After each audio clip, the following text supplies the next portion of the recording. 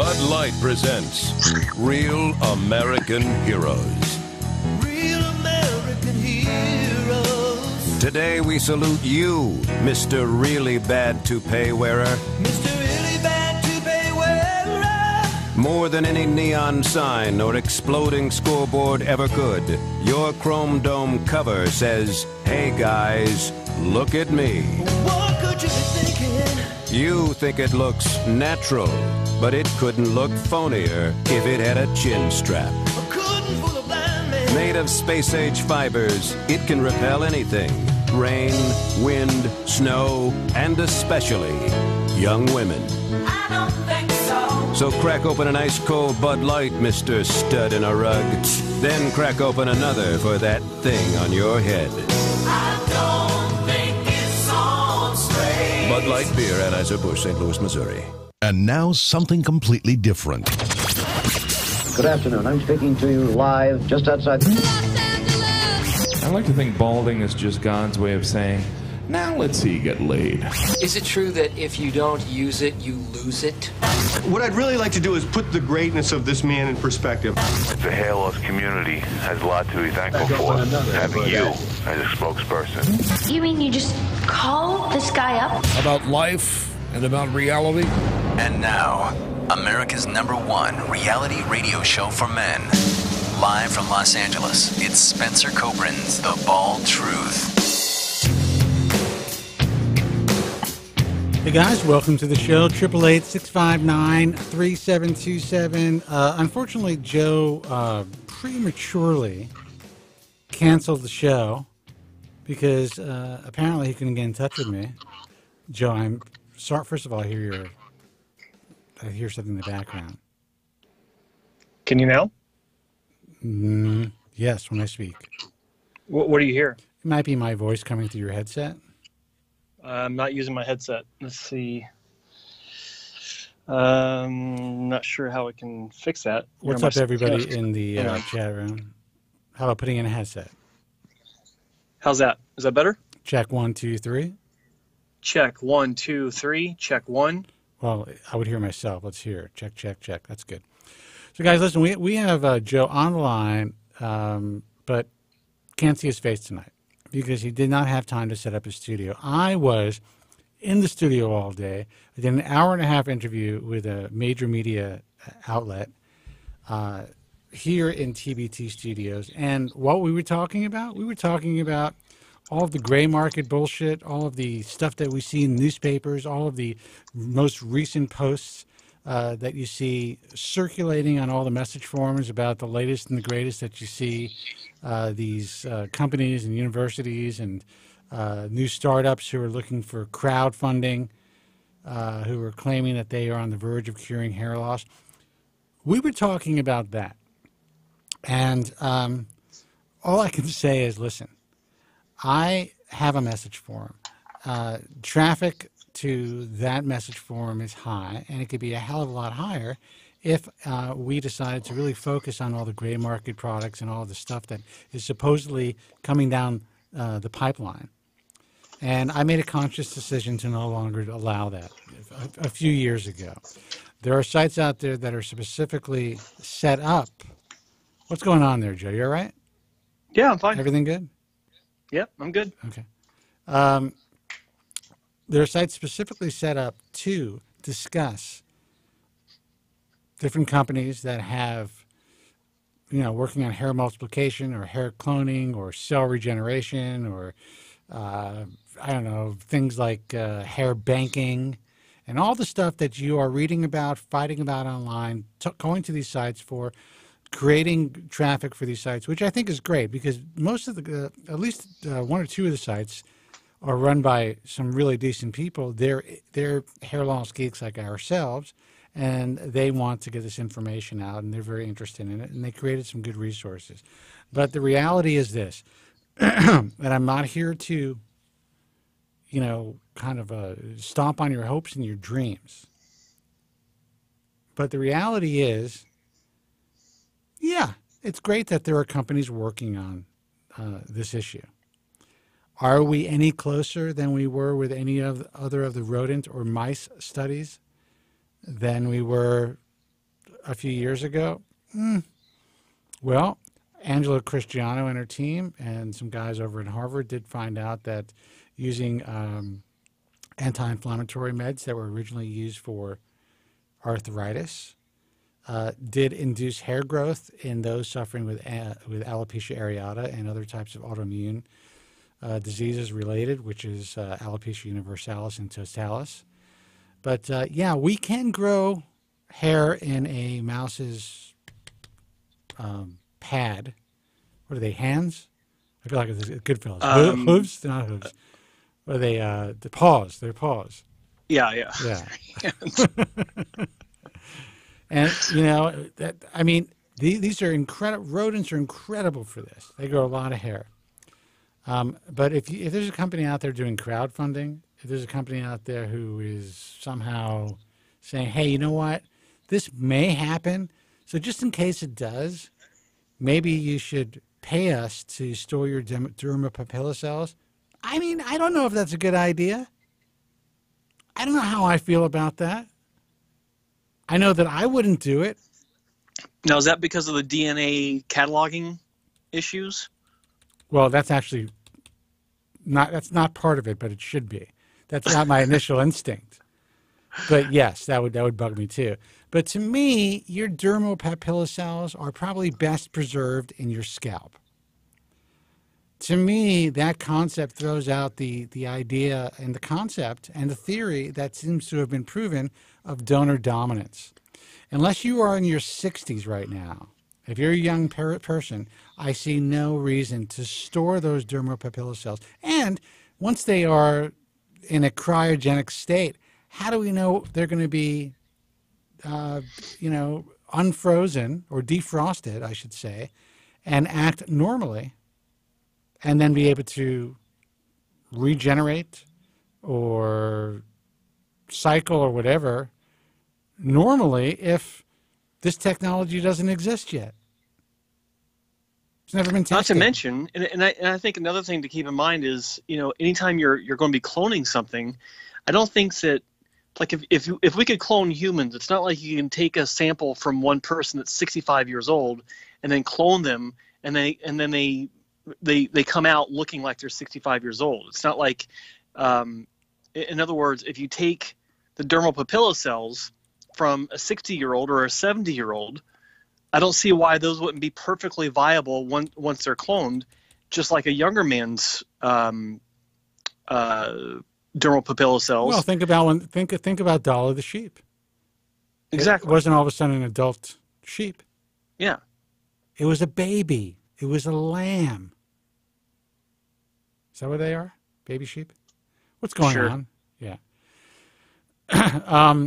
Anyway, guys, we're here. Sorry, Joe is not in a studio with me, but he's on the line, so you can ask the same questions. You're stuck looking at me, so deal with that. But those who are actually listening to the show, you're hearing both of us. Phone number is 888-659-3727. Toll-free number. This is the Hair Loss Show. We're here to answer all of your questions pertaining to anything and everything hair loss, surgical hair restoration, which is hair transplant surgery, and all the bullshit that goes on there. I was speaking to a really, and I have to use the term, like this lovely guy, young reporter, asking me some very, I think really smart questions. And it's amazing to me that people in this position, not that they need to be experts, are still so, and this guy had, he was, I think, more sophisticated than most that I've spoken to. So let's put it that way. But they're still asking the questions like, why can't this happen? Why isn't this happening?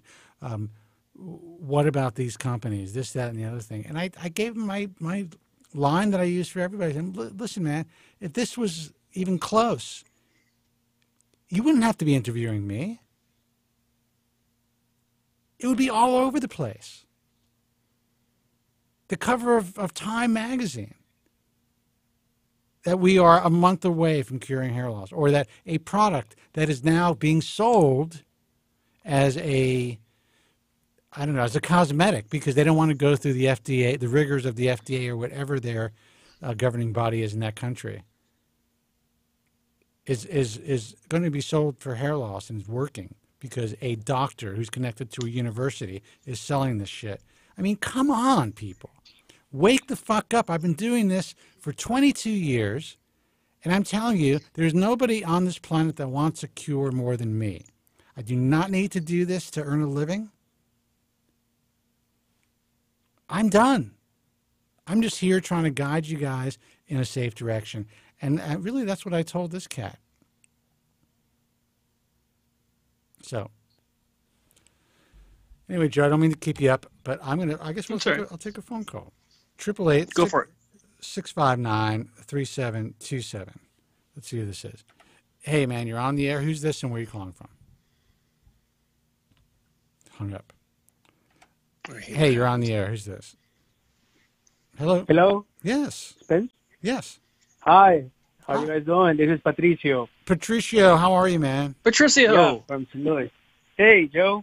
What's going on, guys? What's happening? What's happening?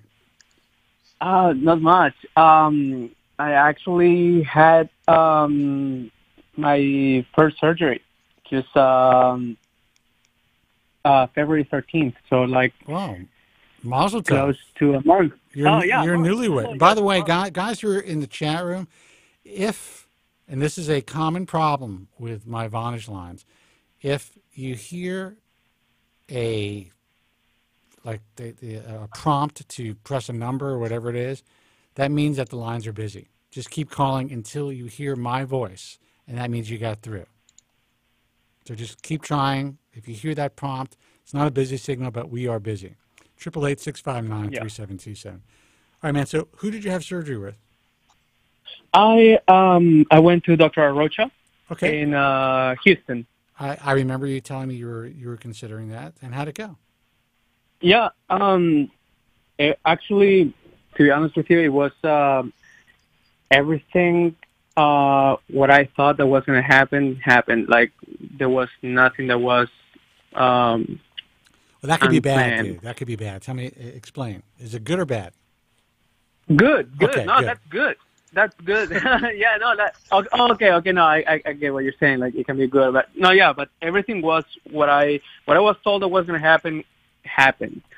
The surgery length, it was just I don't know how many hours exactly. It wasn't painful. Just normal, like just pretty much the anesthesia part of it was a little bit painful. Now, what did you have done? Did you have FUT or FUE? I had FUT and I had 2985. Okay, so you had. I'm sorry. Say that. So you had FUT or FUE? FUT. FUT. Okay. So you had almost you had almost 3,000 grafts. Almost 3,000 grafts. Okay. Exactly. All right. The same day, it was just when I got back to the hotel, it was just discomfort. I was just feeling, it was probably a little bit painful, but it's normal just because of the anesthesia was going away. Dude, you had your head cut open. I mean, of course it's going to be painful. Yeah. Oh, yeah. It wasn't, but I had some medicine and it was fine. Yeah, and that's the thing. It's like any other, but it's like any other type of surgical procedure, especially when it's a dermatological cutting the skin. You need to take pain meds. There is a healing process. Your head is sutured. You're going to be sore. You're going to be swollen. Yeah.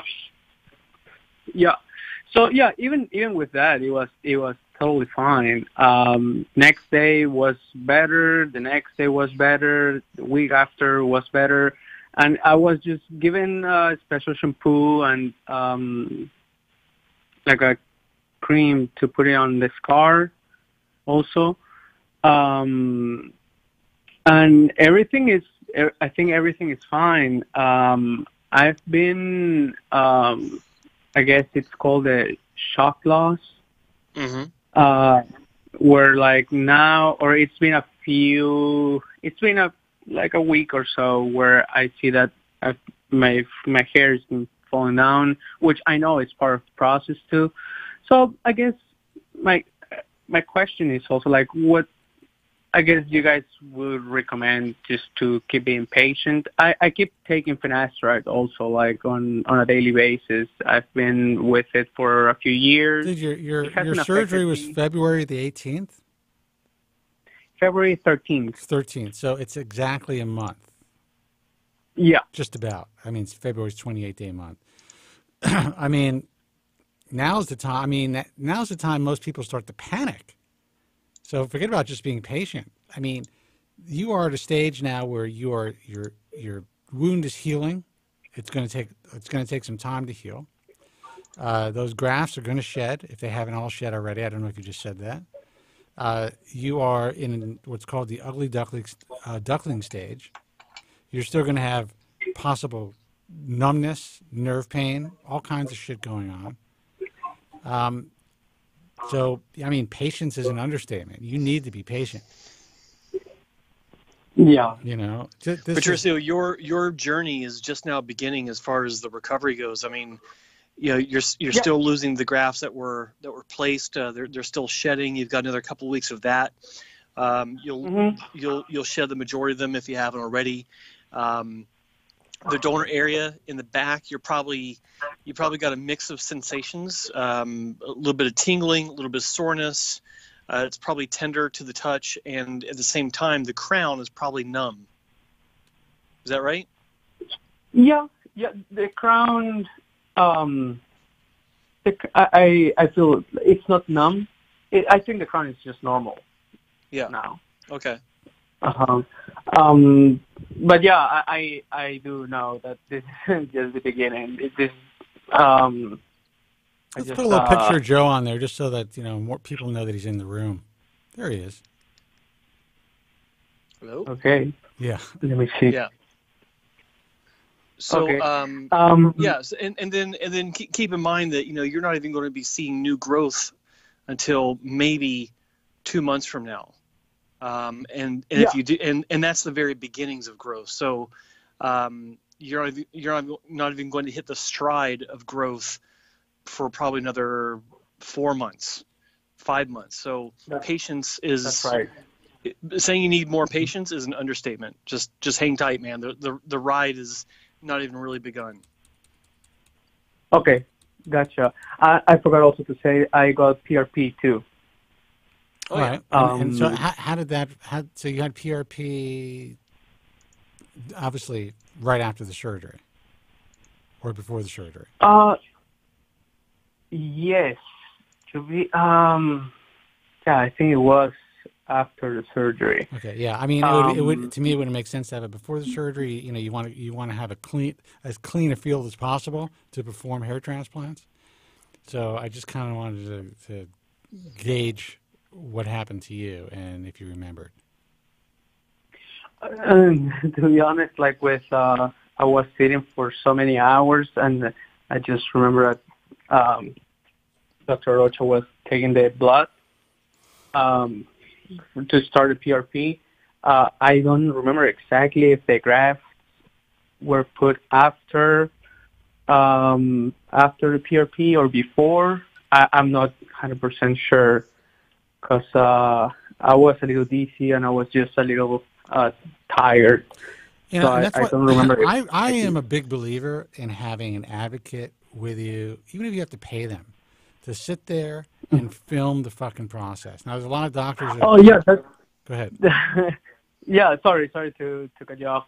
That's actually exactly what I did. I recorded everything, or most of it. I had Blake actually recorded a good portion of it, and another portion with my phone.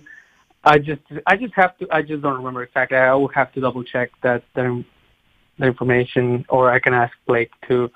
So I was just calling just to give you guys an update with it, and that by the first month everything is fine. I'm actually taking pictures on a weekly basis just to see the growth. And something that I was told also is in order to like see more growth and like to see more improvement, also to try to get the laser cap I was actually asked about low-level laser light therapy today, and my thing, and Joe and I may feel differently about this, but my thing is I have seen some anecdotal stuff, and I still look at the clinical data with a jaundiced eye. I don't think that it's going to hurt you in any way. I don't know if I would invest a lot of money into a laser cap, and a lot of what's being sold in physicians' offices are, thousands of dollars. So if it were me, I would consider, if you were to consider that, something with the same number of diodes that's a lot less expensive. What do you think, Joe? Yes. Well, I look at it like this. I mean, we have pretty much the same outlook as far as the efficacy of laser. There's anecdotal evidence. I've seen results, but it's still not. It's rare that I see a result that would make me think, oh, well, maybe this is a finasteride result. It's usually something very mild. I have seen some great results, but they're very few and far in between. But like Spencer said, I don't think it's going to hurt anything. There's the odd person out there that, I don't mean like weird, but the rare person out there that will say that maybe their hair was singed because of that, or they feel like some sort of response physically on their skin. I can't discount that, but knowing that these are very low power devices, I can't see that being an issue for really anyone. Yeah. And I just think that, you know what? Look, like I always say, there may come a day when I decide to slap an American Hair Loss Association seal on a laser cap, and all of a sudden, you guys are going to be buying those laser caps. But right now, you know what? To me, it's hit or miss. If you're willing to, you've already spent thousands of dollars on a surgery. It's unlikely the laser caps or helmets or whatever are going to harm you. If it makes you feel better at night to do this, then go for it. I just haven't seen the data that makes me feel comfortable enough to say, you know what, you need to do this after surgery. Right. Yeah. Right. Yeah, it's like I was pretty much feeling the same. So, like, basically, what I was told also is that in order to see full improvement, it was pretty much the surgery that I've had, the PRP that I've had already, the finasteride, now the laser cap, and also minoxidil. So I'm thinking about the laser cap. I don't know. Did you start minoxidil yet? yet? I haven't. Okay. I haven't. I don't know. I'll let Joe answer this, but I wouldn't. I would not. I'm sorry, I didn't even hear the question. That he was told to start to get on. Obviously, he's on finasteride, but he's also told to use the laser cap and minoxidil. I wouldn't use minoxidil now. No fucking way. And I'm not a physician, so you could speak to your physician about this. But you want to make sure that you give your scalp the best possible environment to thrive. Some people don't react well with minoxidil. Some people, it's kind of, I guess there's a lot of surgeons out there that have been taught that this is almost like a quasi-insurance policy. It may help for the grafts to grow faster or in a more robust fashion earlier on. So, you can have less patients complaining. I don't see it that way. I think it's a bad move. If you want to start minoxidil, wait a year out after your hair transplant. But I'm still not a fan. Joe? I agree 100%. I mean, you've heard me say it once. You've heard me say it 100 times. Don't start multiple treatments at once. You already have. You've already done the PRP and the hair transplant, and I know that you didn't start finasteride until relatively recently. So, those are all going to help you to some degree, aside from the surgery, of course. But adding minoxidil into the mix, it's the least effective, in my opinion, of all the treatments, and you're just adding in one more question mark as to what's working. Give it a year, like Spencer said. Give it a year, so that everything else that's going to do what it's going to do will do what it's going to do. And then when you add minoxidil a year later, if there's any sort of change, plus or minus, you can point to that as potentially being the culprit or the hero for whatever changes you're having. Gotcha. Yeah, I understand. Makes sense. Look, you are, as they would say in the UK, these are early days, man. You are in early days. You are doing, I think, everything that you need to do. If you want to go get yourself, if you want to spend some extra money on a laser helmet or cap, that's, I don't see that as an issue. But I would not use any other medication than what you're currently using now. And again, I'm not a doctor, and I would put nothing else on your scalp unless it is something that is going to help heal the skin that was recommended by your surgeon. Otherwise, stay clear of any other medications. Perfect. Well said. Sorry, yep. Go. Yeah. All right, man. Yeah, I was just also like, just to finish up, like, I see like the scar, everything, like it's not even noticeable. And the incisions, that I've had, like, were in the part of my head where the hair has been implanted. I had some scars there too, but they just, it's like that skin that just fell down. So like, am I allowed, or like, am I able to just touch that part of my head, or like will it like have like bad repercussion on my hair later on? Now, what part are you talking about? You're talking about the donor area scar? No, the one. The recipient area. Yeah, recipient area. Right now, those grafts, and Joe will tell you the same, and again, we're not physicians, those grafts are anchored. After a week, 10 days, they are not going, I mean, they are part of your body. They're done. They're not going anywhere. So if you need to wash your hair a little bit more vigorously after a month, if you feel like you have some flaking and you want to put some ointment that is recommended by your physician, you can do stuff like that. I wouldn't worry about touching the area. I mean, but then there are people I could say that there are people. Remember that when you've got these kinds of questions, Patricio, you've got Blake's number, you got the clinic number. Always, I always say this when people ask these questions online, because every clinic will have a different approach to their post-op routine, and the last thing you want to do is do something contrary to what their post-op instructions advise.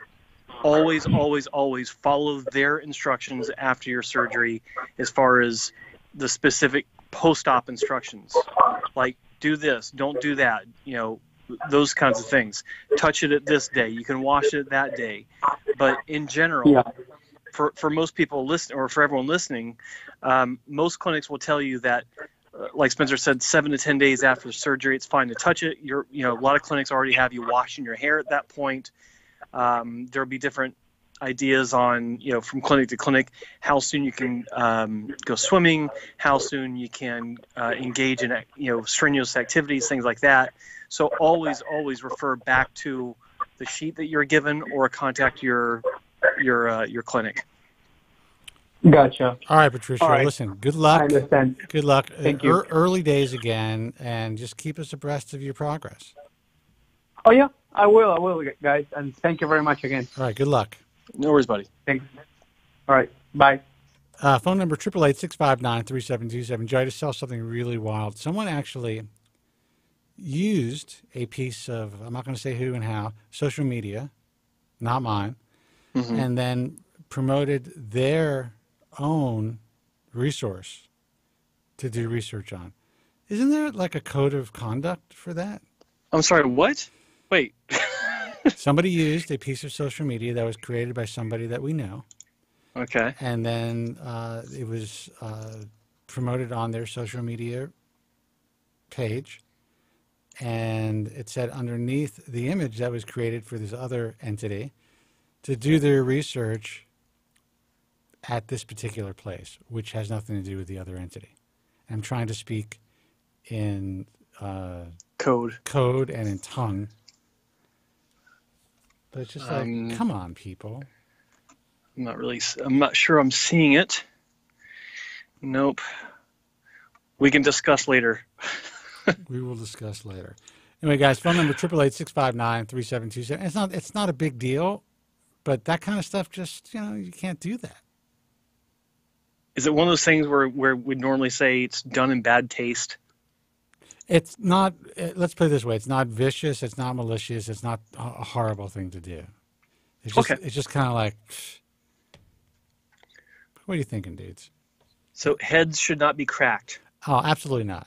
And I don't even think this person meant anything malicious by it. It's just not the way people should, I guess, do things. See, now I'm really curious. Okay. Let's see what this is. Hey, man, you're on the air. Who's this and where are you calling from? Never in a million years did I think I'd be calling this show as much as I do, much less ever. Dude, never in a million years, besides Joe from Staten Island, that I ever think I would hear from somebody as often as I hear from you. Well, I'm out to help the cause and with my crazy calls. So, no, dude, how are you guys? You think your calls are crazy? You remember Joe? We don't think that your calls are crazy. Those are some crazy calls. Yeah, fair enough. I appreciate that. I'm just looking to get informed and help the cause where I can. So, well, I appreciate. How you guys? That. Good. Well, we appreciate that. Yeah. So what's going on? A couple questions. One's like a physiological, the other surgery related.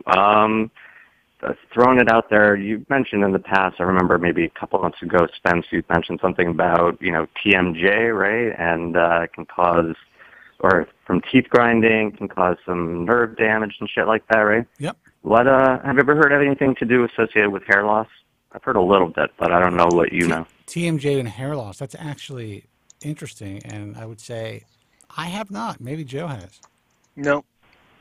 Never heard it. All right, let's move on.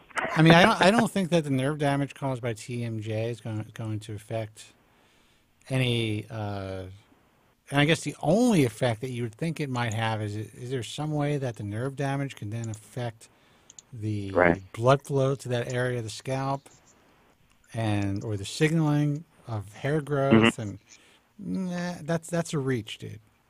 Yeah. Just thought I'd put it out there. I was wondering what you guys might have known, or let's move on. Yes, please. I'll do that fast. Hey, so Joe, you mentioned in the past, and you briefly answered, but we talked about how you might be, or a fan, whatever you want to call it, of stripping out before going for FUE under the right circumstances and under the right hands. But what's the actual reason that you said it? That was the answer you gave. It depends on the situation. But really, what more can you say about that as far as your reason for that? Let's put Joe on. Well, I look at my own case. I've had 7 strips. I've had 9 surgeries overall, but I've had 7 strips where a decent amount of hair was taken each time, and I've got over 10,000, closer to 12,000 grafts totally, through everything. And if I had gone for FUE from the beginning, there's no way in hell that I would be able to have nearly as many grafts as I've had without my donor looking like a plucked chicken. And I was like, what the fuck is he talking about? Yeah, that was strange. But it's just it was like he may have had a stroke. Oh no, Kobren Spencer. I didn't. What? Anyway. Kobren Spencer. But yeah, it's like there's no way I could have had that many grafts taken out of my donor, or my extended or expanded donor, as some clinics will call it now, as FUE, as I've had with FUT, and still have a donor region that looks the way it looks. I mean, the only downside with as much strip surgery I've had is that the geometry of my donor hair growth, the direction, that has been altered. But it's only visible when my hair is at shorter lengths, which is the way I normally wear my hair. But no one knows what it is. It doesn't stand out. It just looks like part of my haircut, basically. And you can see it in some of my pictures. You might be able to see it in some of my videos. I am growing my hair out a bit longer at this time, so it's not as visible. But that's the only issue. it doesn't scream hair transplant like some people talk about, like donor scars. But again, if I'd had, even a large fraction of the amount of hair I've had already, but with FUE alone, then my donor area would be completely see-through. Yeah. Like completely see-through. And then there's the issue, the point where some people are like, well, you can have a few FUE procedures and then you can have a strip if you absolutely have to have it. That is the opposite way that you need to go, because when you have FUE first, you're effectively reducing the density of the donor region on a 1-to-1 ratio, so that that to is get the best hair, that you is have what to go the into that dummies sweet do. spot. I'm just going to say that's what the dummies do, and that's what is being pimped out today as, you know what, you could always do a strip at a later date. It's true, you can, but you are damaging adjacent follicles potentially. You are diminishing that sweet spot, where to the point where you're still going to have that scar. That should have been done first, so you can move as many hairs as possible. Yeah, and it's so illogical. But I read about it, I hear it spoken about, I hear physicians talking about it, and I'm just like, it's criminal. Sorry. Well, that's what freaks me out about some of those, some doctors I've seen do some combination procedures, do it synonymously, where they're doing FUT and maybe a small amount of FUE at the same time. Yeah, but that's okay, as long as they cut that strip out first. Yeah, and keep in mind that when they're doing that, they're doing the strip first, and then they're, God, I hope they are, but they're then taking FUE from above and below, and maybe in front of on either side of the final FUT incision. So that's I'm not a huge fan of that, because I think it's just being greedy. In most cases. A shitload of shock loss potential too, but Well, yeah, maybe a potential for increased shock loss, but also, this is something I've not seen anyone talk about. What if too much is taken via FUE so that donor scar isn't properly camouflaged once everything's healed? Yeah, exactly. Yeah. What if that donor scar is a little bit wider than it should be, and whatever was taken with FUE above that donor scar would have helped to have camouflaged that easier. But now that it's taken out, the whole area is just weaker. And this is why Tillman gets paid the big bucks. I mean, that was a lucid argument that most people would never even think of. I get paid the big bucks? I'm still waiting on that check. Well, not by me. No, not by you, but by anyone. Jesus, someone please pay me big bucks. But no, I think that's... It all goes back to the way that I tell people to move forward with this is one step at a time. Don't get ahead of yourself. Don't go for a 9,000 graft surgery. Don't take it in sections. I mean, your hair is always going to be there as far as the donor region goes. And if you play your cards right, you might need less hair in the future by taking smaller sessions. Because if you start Finasteride, and the crown, say you got hair loss in the back and the front, your crown might thicken to the point where you're like, screw it, I don't need to have any hair back there. You have effectively reduced your cost by cutting the number of surgeries you need in half, the amount of hair that you need in half. Cool. Yeah.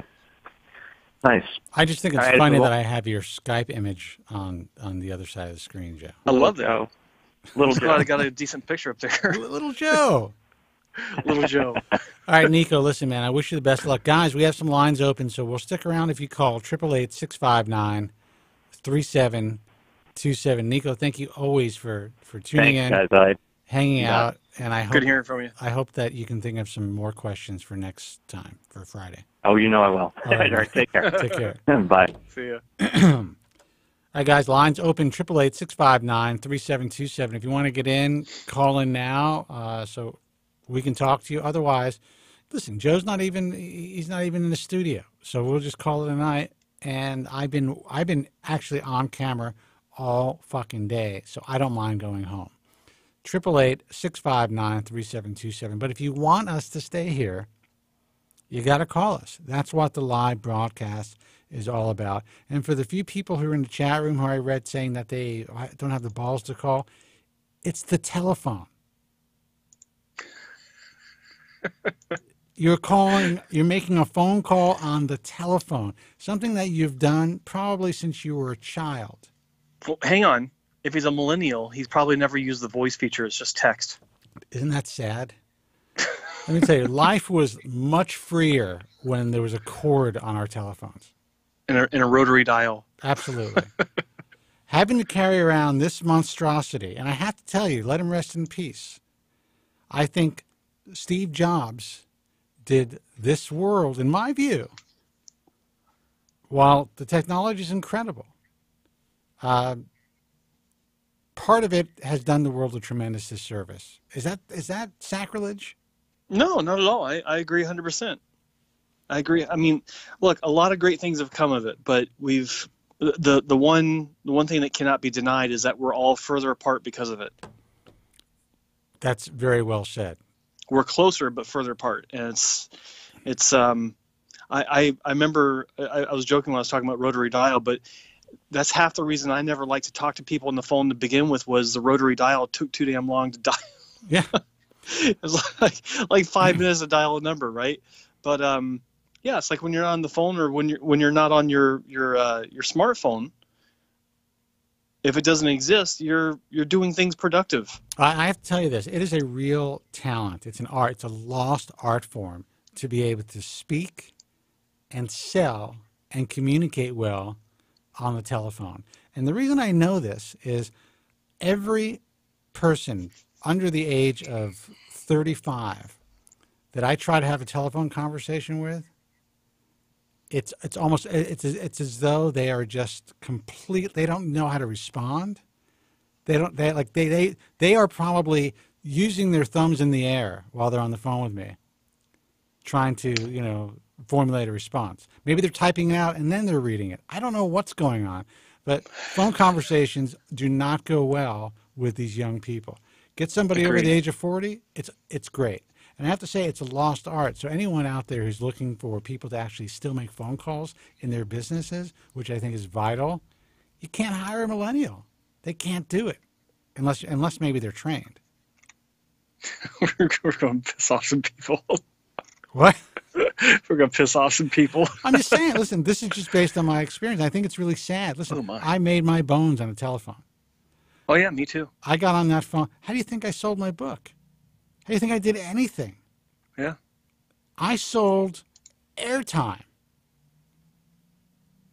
I earned more than anybody in radio.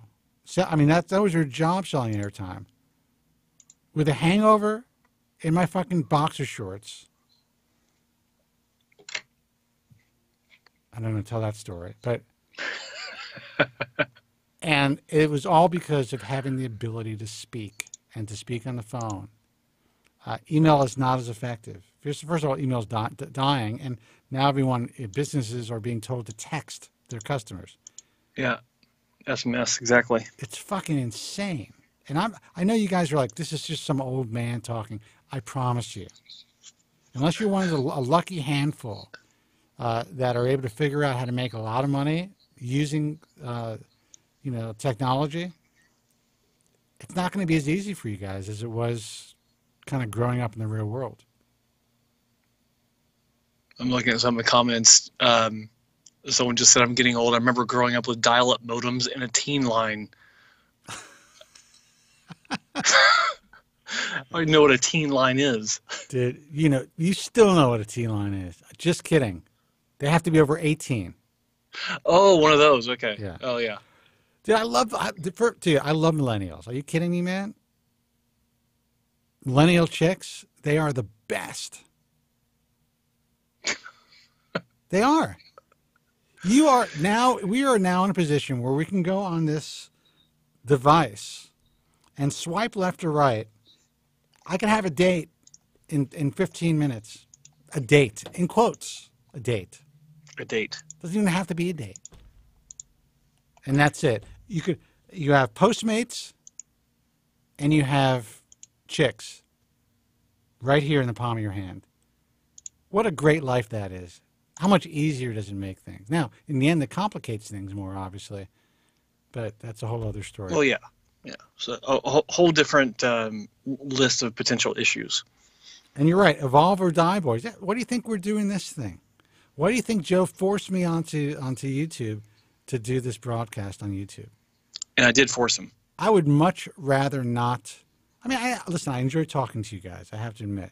And I enjoy that we're doing it using Joe's platform because it kind of helps to create a more reasonable space on this space. At least, the very least, that the guys who are on YouTube, who are doing their research, who are watching all the influencers, there's a good chance they're going to stumble on us at some point and say, wait a second, this doesn't make sense. They're telling me something totally different. And I guess they're old. They suck. They're old. They don't want us to be cured. They want all us young people to be bald because they still have been able to somehow keep some hair. Yeah, they want us to be miserable. Yeah, they want us to be miserable. Well, let me check my sound is all fucked up. Guys, it's 888-659-3727. I'm going to give you 3 minutes.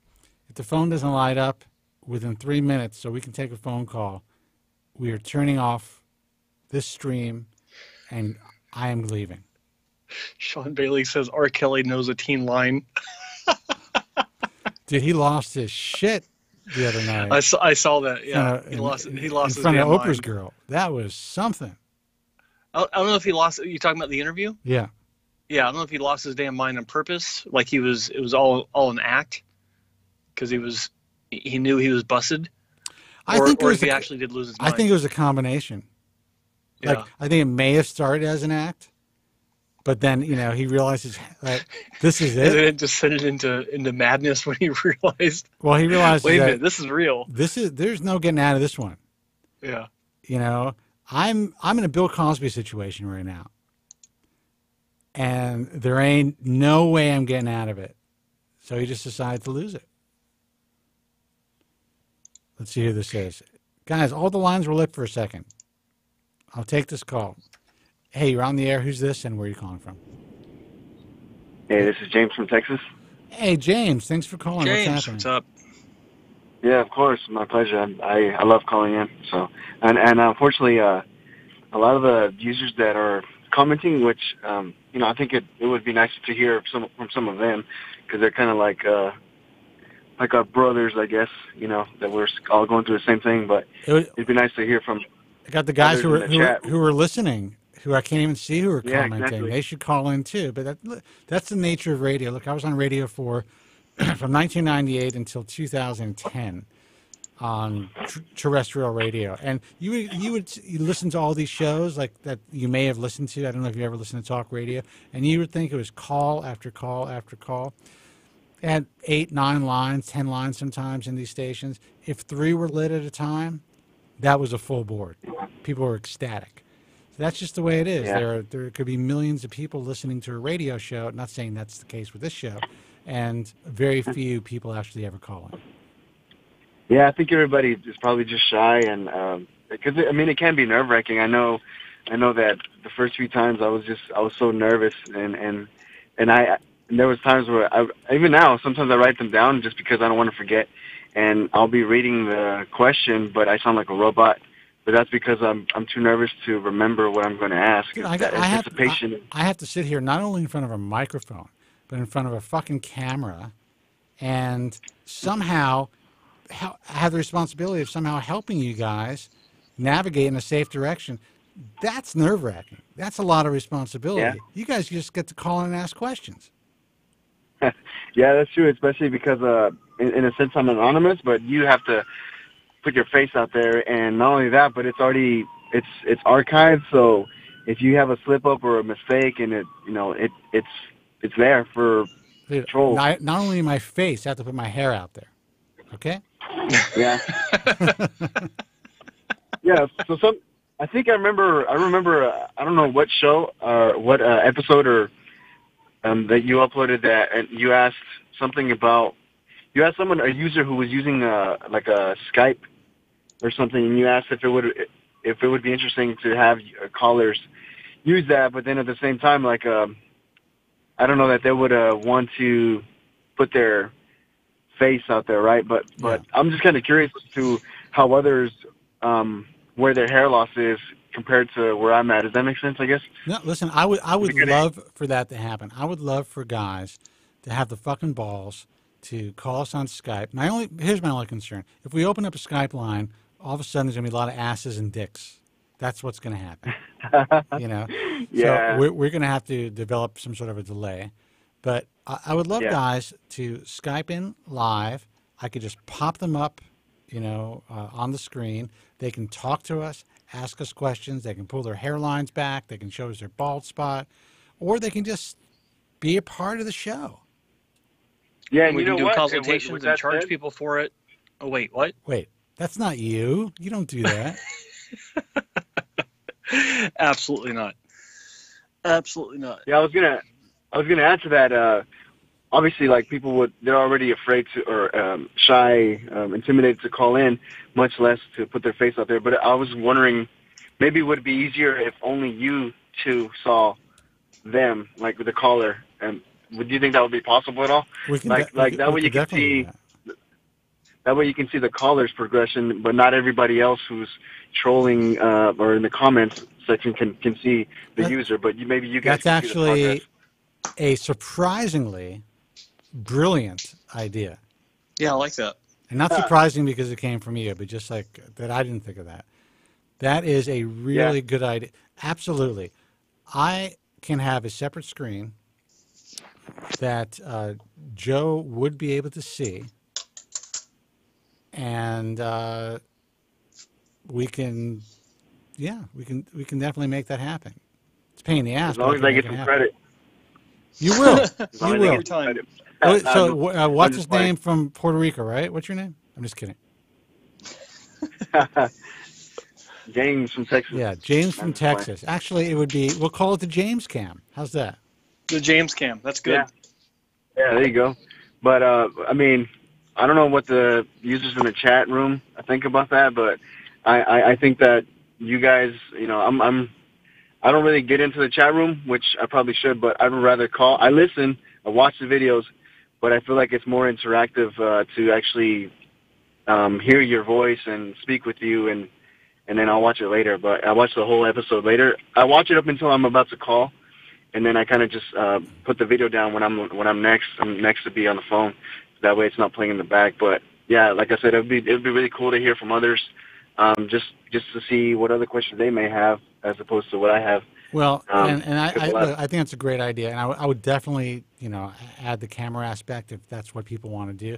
But at the very least, people should be calling in so that they can help to create content for other hair loss sufferers, and that we just stay doing what we're doing. You call in, you ask questions, you talk about your concerns, you talk about, you know, your angst and all the issues that hair loss sufferers deal with, and that helps other people who are dealing with this relate. And you know, this is a real community. When I see people talk about online communities, and I have an online community, that's not a fucking community, man. This is a community. Yeah. Hearing people's voices, hearing their pain, hearing their accomplishments and their triumphs through hair loss. Yeah. That's real community, man. Because I mean, what's happening now is it's pretty much no different than like a forum. It's just more like a live forum, I guess. And I think it'd be nicer to actually hear people's voices. You can get their emotions, just their.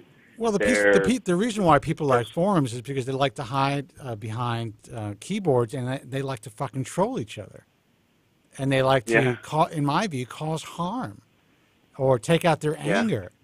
There's very few people that take the time to really help others on message forums. Those are a rare breed.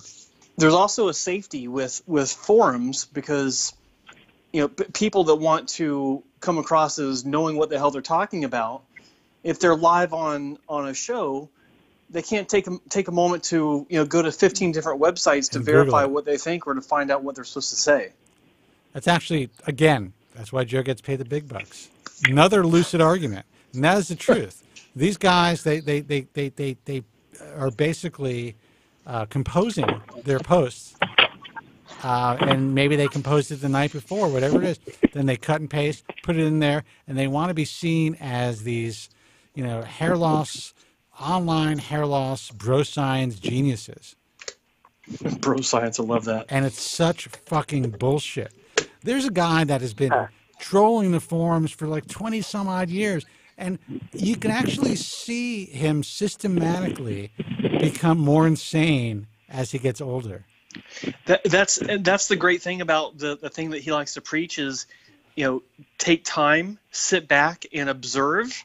Well, by sitting back and observing this crazy son of a bitch, I've seen him lose his mind gradually, but absolutely over the past 10, 15 years. I have actually watched this guy go from just a relatively normal guy who's been fucked up by this industry and deserves to be out there preaching what he's preaching, to what I think. Hey guys. Yeah, you there? I'm sorry to interrupt. I apologize, but is it okay if I call you back? No, it's not. I'm at work right now. I have to do something real quick. No problem. I'll call you right back. Okay. Bye. We'll wait for you. Yeah. Well, hopefully, if not, I'll just call on Friday. But I'm at work. So. All right, man. Do your thing. You got to work. I made the effort. All right. Thanks a lot. Yep. Appreciate it. Of course. Guys, I'll take your call in a second. 888-659-3727. But I've just watched this guy systematically break down into a conspiracy theorist, into actually it's kind of sad to read these what he thinks is analogous to the hair transplant industry. It's fascinating. It's actually a sociological experiment just to watch, and a psychological case study. I was going to say, yeah. Just to watch this guy over the years. It's amazing. I feel bad, actually. But anyway, 888-659-3727. Let's see who this is. Hey, you're on the air. Who's this, and where are you calling from? I'm calling to donate myself to the new forum. Welcome. Who's this? It's Dante. Dante. You know what? Long time no see. I kind of knew it, but welcome, man. What's going on? How you guys been? I haven't called for a long time, but I'm still listening. Listen, right on. I appreciate that you're still listening. So, I mean, you listen, but you really don't need to because you seem to be doing pretty well with your hair. You know, it's funny though. Gary Hitzik told me this a long time ago. He said the more procedures you have, the longer it takes for the hair to come in. So, like my last procedure now, I'm over a little over 2 years out, and it lasts so many months, 6, 7 months. It was filled in a little bit more than it did a year after I was, had that surgery done. So maybe there's something to that. Well, I don't know. What do you got? Yeah? Yeah, absolutely. I mean, you do not have a clear field that you started with for your first surgery. There is microscopic scarring. There is, all types, and some not so microscopic, depending on. Back when Gary probably told you this, scarring wasn't that microscopic. There's probably some compression, cobblestoning, shit like that. The blood supply is diminished to some degree. While it's still there, it's just not as fertile ground as it once was for your first procedure. Would you agree with that, Joe? Yes and no, because all of my procedures, there was no discernible difference in the timeline of growth. In fact, some of my subsequent procedures after my first repair came in earlier. Would you agree that's a possibility, Joe? A possibility, yes. Jesus it is a possibility. Got to get with the program, dude. But not on my own head. Yeah. So, Joe, are you saying that the light in my bathroom might not be bright enough, and I'm seeing something that I'm really not seeing? That's a joke. I'm only kidding. First of all, at your stage in life, if you don't have floodlights in your bathroom, you're not doing it right. Yeah, you're doing it wrong. Oh, man. You could literally shoot a movie in my bathroom. There's no need for extra lighting. I'm not touching that one. That's good, though. No, but the James that just called, he's onto something, because that could be a good idea. I'd send in pictures and let you guys look it over, see what you think and what's what.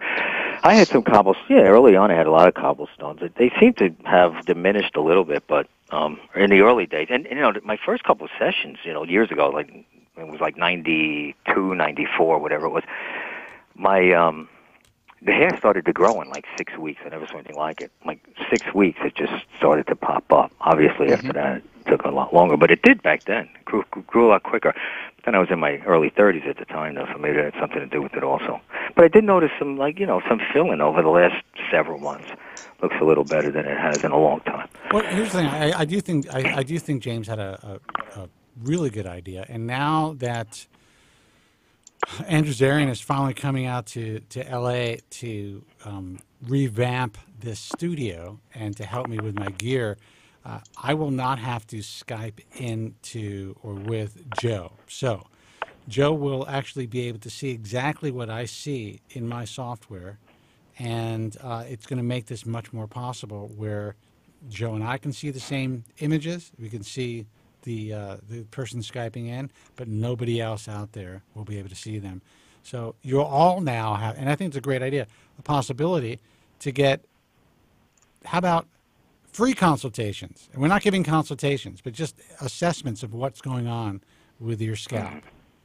But if people do want to take part in that, they got to be completely comfortable with themselves, because if they want us to be honest and it's not like a great, I mean, this is my problem with this kind of thing is I don't want to be responsible for someone going into depression because we said that, their hair transplant isn't so great. Oh, no, we're not going to assess their hair transplants. Or we're not going to, okay, great. I don't even want to do that. I want people who are considering, what options they should go for to contact us, see where they're at, and then we can help advise them a little bit better than, we've done pretty well over the phone.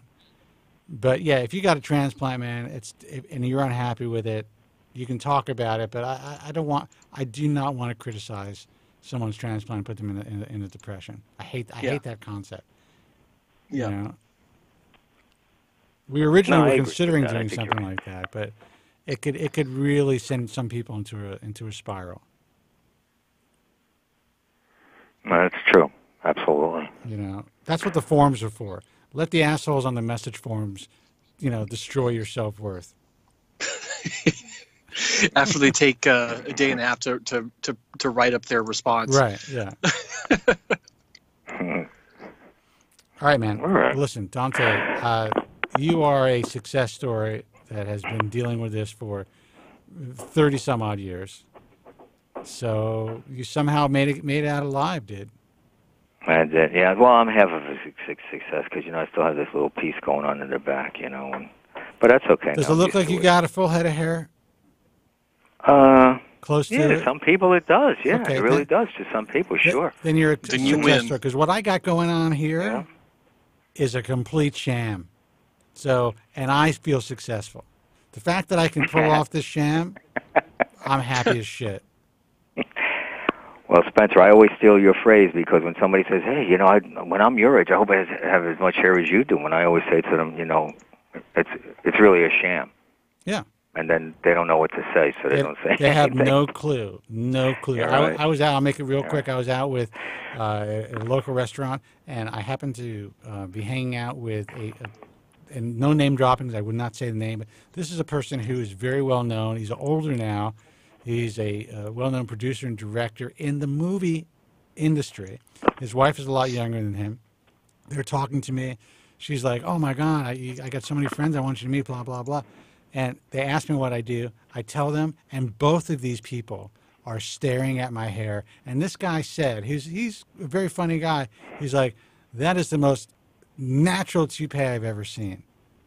That's what he said. That's what I have to live with. Now, he never would have looked at my hair. If I didn't say what I do for a living and what I've done for my career, they never would have even looked at me. They didn't look at my hair, and I clock people the entire time I was talking to them until I said what I said. So think about that reality. That's how I live my life. Yeah, but the fact that they think it's a toupee shows that they really have no idea what about hair. Well, no. I basically show them. I'm like, no, it's not that I would be ashamed of that by any means. And I've worn small hair systems. I've tried them out. I talk about coolpiece.com all the time. They were very, gracious and helpful when I was trying to figure things out years ago. And I cut this little thing, and it was great. But just like what you're doing. But I decided, painting my hair is a hell of a lot easier for me right now. And it works. I have enough hair to make that happen. But I guess the moral of the story is I'm out there with you guys. Everyone's scrutinizing my hair online. That's tough enough. When I go out into the real world, no one looks or even talks about it until they ask me what I do for a living. So maybe I should start telling people I do something different for a living to get a break. I'm an investment banker, and watch how they never look at your hair. Oh, they never would. Yeah. Never would. I'm a I'm a professional manicurist. Imagine that.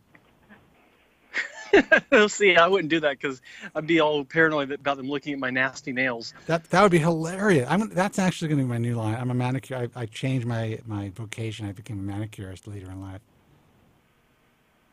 All right, Dante, I'm rambling. Thanks for the call. I appreciate your patronage and your support. All right, guys, I'll be listening. Good talking to you. All right, Thank you. take care. Bye-bye. All right, thanks for calling. Take care. Thanks. 888-659-3727. And, hey, man, you're on the air. Who's this and where are you calling from? Hey, this is Bruce calling again from Houston. Bruce from Houston. What's happening, man? Sorry, What's up, Bruce? Joe's really small right now. I wanted to shout out to all my Hair Nation brothers. This is Hair Nation. I love it. Hair Nation. Just like on the Sirius satellite, you got that 80s channel, Hair Nation, whatever. All of us guys that give our left nut to have hair like those guys, rock bands guys in the 80s. Oh yeah, of course, 100%. Of course. No, I'm still trying. No, man, I was having a couple of margaritas at the. They got the best Mexican food margaritas in Texas. I don't care where you're from; it's the best here. You know what? I have to say that you're probably right. I mean, there's some great Mexican places in Los Angeles and San Diego. They can't hold a jock strap to Texas. You know what? You may be right. Yeah, but Bruce, are you talking about Tex-Mex or actual Mexican? I'll take y'all to Papacitos over here or El Tiempo, and I'll buy the margaritas and the food, and y'all tell me what you think. Dude, as long as you lock up your phone beforehand, I'm there. Because when Joe and I get started, sometimes it doesn't end. Yeah, no, that's cool. I'm all with you, dude. I party with these guys all night. No, but another reason I called is I've been meaning to tell you. I forgot to tell you the other night where, I've been my TRT doctor. I take the generic Finasteride, and I take the 1 milligram Monday, Wednesday, Friday, 3 milligrams a week, and I've been taking the generic forever because it's from a compounded pharmacy. I just want to let y'all know it's really worked well for me, and I know that the name brand is what. But it can work well, and listen. I'm a fan of these companies like Keeps and Hims and all these companies that are kind of bringing Finasteride back to giving young guys the opportunity to actually be helped. What's interesting about the young guys out there who are using it, they don't even know what the fuck they're taking, so they're not having side effects. They're just like, oh, what's Hims? Let's try this. Grow my hair back? Must be something new. They do it. They go through the doctor consultation. Doctor's telling them what they're taking, but they're not really listening. And then they're doing well. All these companies are selling the generic form of Finasteride. Yeah. So all Joe and I all we say is we started on brand, we stick to brand, and we've had people who've contacted us over the years who have started on brand, switched to generic, and then lost ground. But a lot of people do well in generic. But I don't know if y'all are aware of this. Some of the problems, I don't know if y'all are aware of this, but I think some of the problems that all your listeners and all these guys out here in the real world like us that are, when we tell y'all that we get the generic, is because we go to some of these doctors, and like if you go to your regular PCP or whoever, they're going to Finasteride, what? No, Donald Trump takes it. No, we're not. You don't need that. That's too many. They're not going to write you the deal. So you go to these other doctors that are these testosterone hormone replacement guys and whoever else, and yeah, they'll write you the prescription, but it's going to be generic. Of course, and that's where the problem in lies. Well, you could also just ask them. You can say, "Listen, I would prefer brand name," and they'll say, "Well, it's going to cost you more money." And if you're okay with that, they'll give it to you. But of course, what will they do? Will these compounding pharmacies do give you a brand name? A compounding pharmacy? I don't think they do. Well, if you're using a topical preparation, normally no oral. Yeah. Yeah. Well, compounding pharmacies in general also dispense pills, and they dispense drugs. Okay. So they can get whatever you want. But I'm not saying to do it. If you're doing well on what you're doing, don't fuck with it. Do not switch. Yeah. No. Just stick with. No. Hey, and the other thing I was going to tell you, Spence, is you're not going to. I mean, I'm going to give you a name from the past, and I want you to elaborate on this idiot doctor. Back in the day in the 90s when I was researching, of course, all you had was Bosley, and then I think you had Bosley. And then there was maybe 10 other hair transplant doctors on the planet. And I didn't even know about that guy that left the legacy, the one that passed away that you were talking about. And then I researched him afterwards, and I'm like, God, the thousands of lives that he affected in a negative way, you know. But I would say hundreds upon hundreds of thousands. I mean, not just by his hand. I'm talking about by his leadership.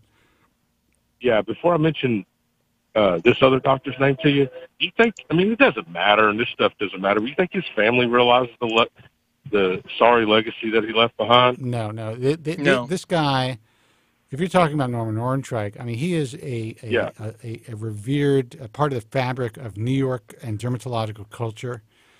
He was just given all types of honors and awards, and just really known as a distinguished individual and human being. And frankly, I hope his family, still sees him that way. Okay, well, man, we're good, because we can't speak ill of the dead, Well, we can, but I just hope his family doesn't hear it. Right. Hey, but you are going to laugh when you hear this guy's name. So I was just messing around with the computer a couple of weeks ago, and you pull up hair transplant, Chambers in Texas. No. He's down on Richmond in the Galleria here in Houston, and he's still in practice after like 30, 40 years. You're not going to believe it. In his results, he has a photo gallery. He has a photo gallery, and they still don't look like these IAHRS doctors. Is his name start with a P? Shit. His last name does. Yeah, and first name with a C. Yeah, Carlos Puig. There you go. Can you believe that guy is still in business down in the Galleria area in Houston, Texas, down there off of Richmond Avenue? Not only is in business, he's one of the grand poobahs of the ISHRS, the International Society of Hair Restoration Surgeons. He is one of the godfathers, the founding members of the ABHRS.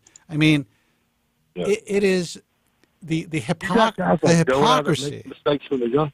What do you say? No, you got guys like Jonah that make mistakes when we're young, and we correct it, and we do our research and homework. But all the resources available to you out there now, the IAHRS and all the cutting edge, whatever, and people are still going to this idiot, and he's still turning out like, pluggy results in the hairline and this craziness. Well, I haven't seen his results in a while, and listen, I can't speak to why, or I can't speak to his character, and I can't. All I know is that this is one of the old timers that there's a lot of people apparently who have people have contacted us. You obviously know about his reputation. There's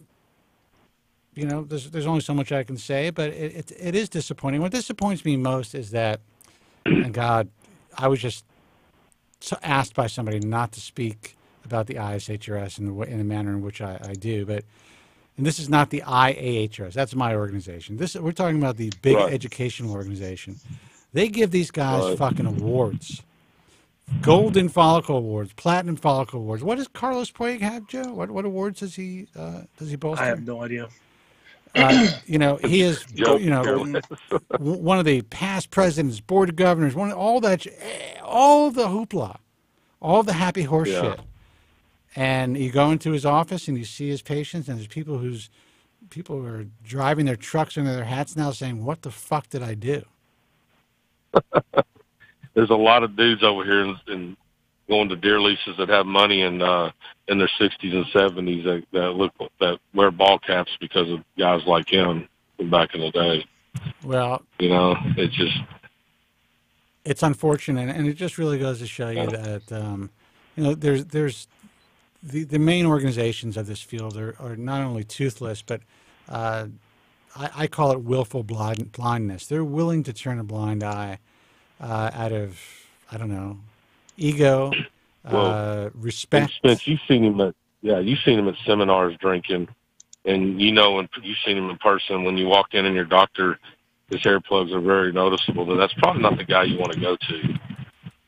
Yeah, I mean, I give some guys breaks because they fucked up and they're trying to be repaired, and they're like, because they were fucked up, they decided to get into the field to help people. So there are a handful of those guys. I would say James Harris is one of them. He now walks around with a really good-looking head of hair, but initially his results were not great, and it helped to motivate him to improve things. And he's a really good doctor and a really caring guy.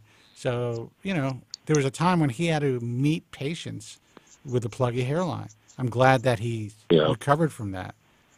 And, Joe, too. Look at Joe. It's like, why would I sit down and consult with this guy? You ever see what he used to look like? Holy shit. Yeah. Well, I know other hair transplant doctors that also had pluggy hairlines, and it is always shocking. In fact, my very first ISHRS meeting, which was in 2004, I remember walking into it was kind of like the pre-meeting, the land of plugs, the pre-conference meet and greet where it's cocktail hour, and I was walking in with my colleague, and we both stopped just to kind of take everything in, and I started seeing like a lot of bad hair transplants. Dude, I would ask these doctors, who did your transplant? They would tell me, I'd check them off my list. Yeah. Never let them in. And that is it really is. If you go to one of these ISHRS conferences, it is the land of bad hair transplants. Spence had a checklist. That's hilarious. I love it. But look, I mean, yeah.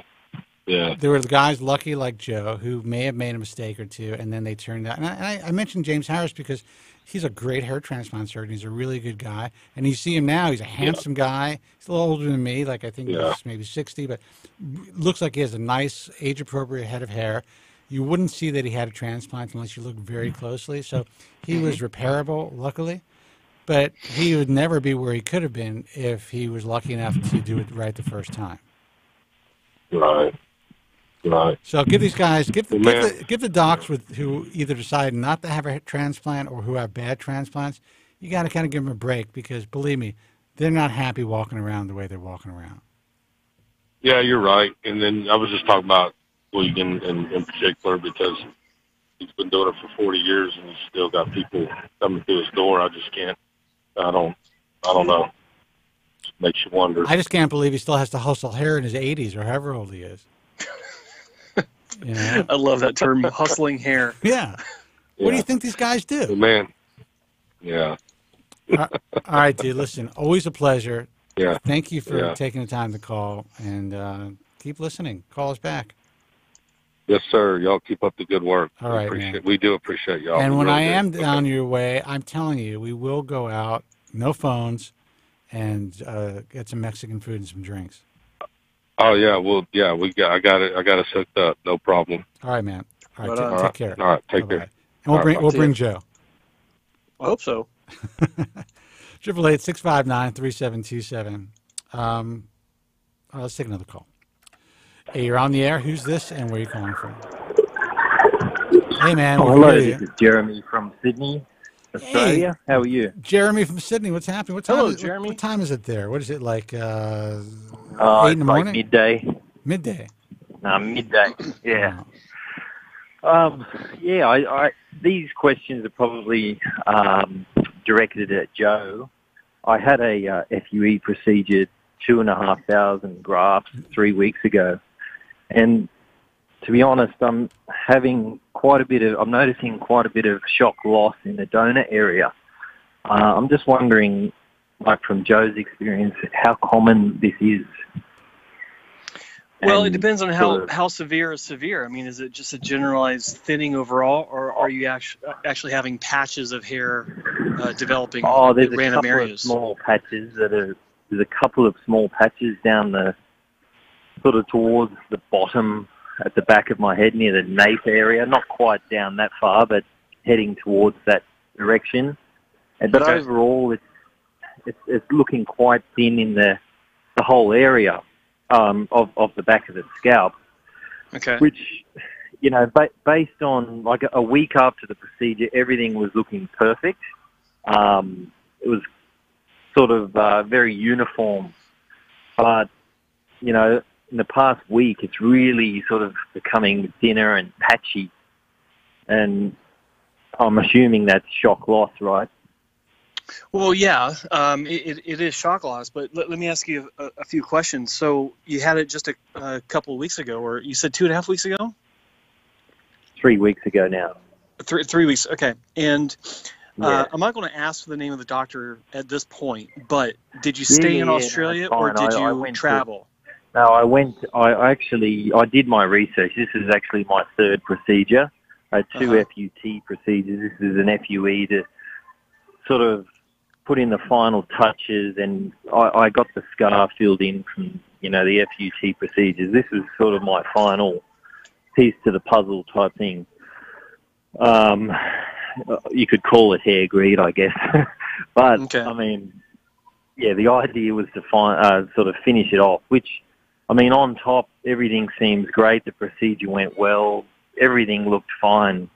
So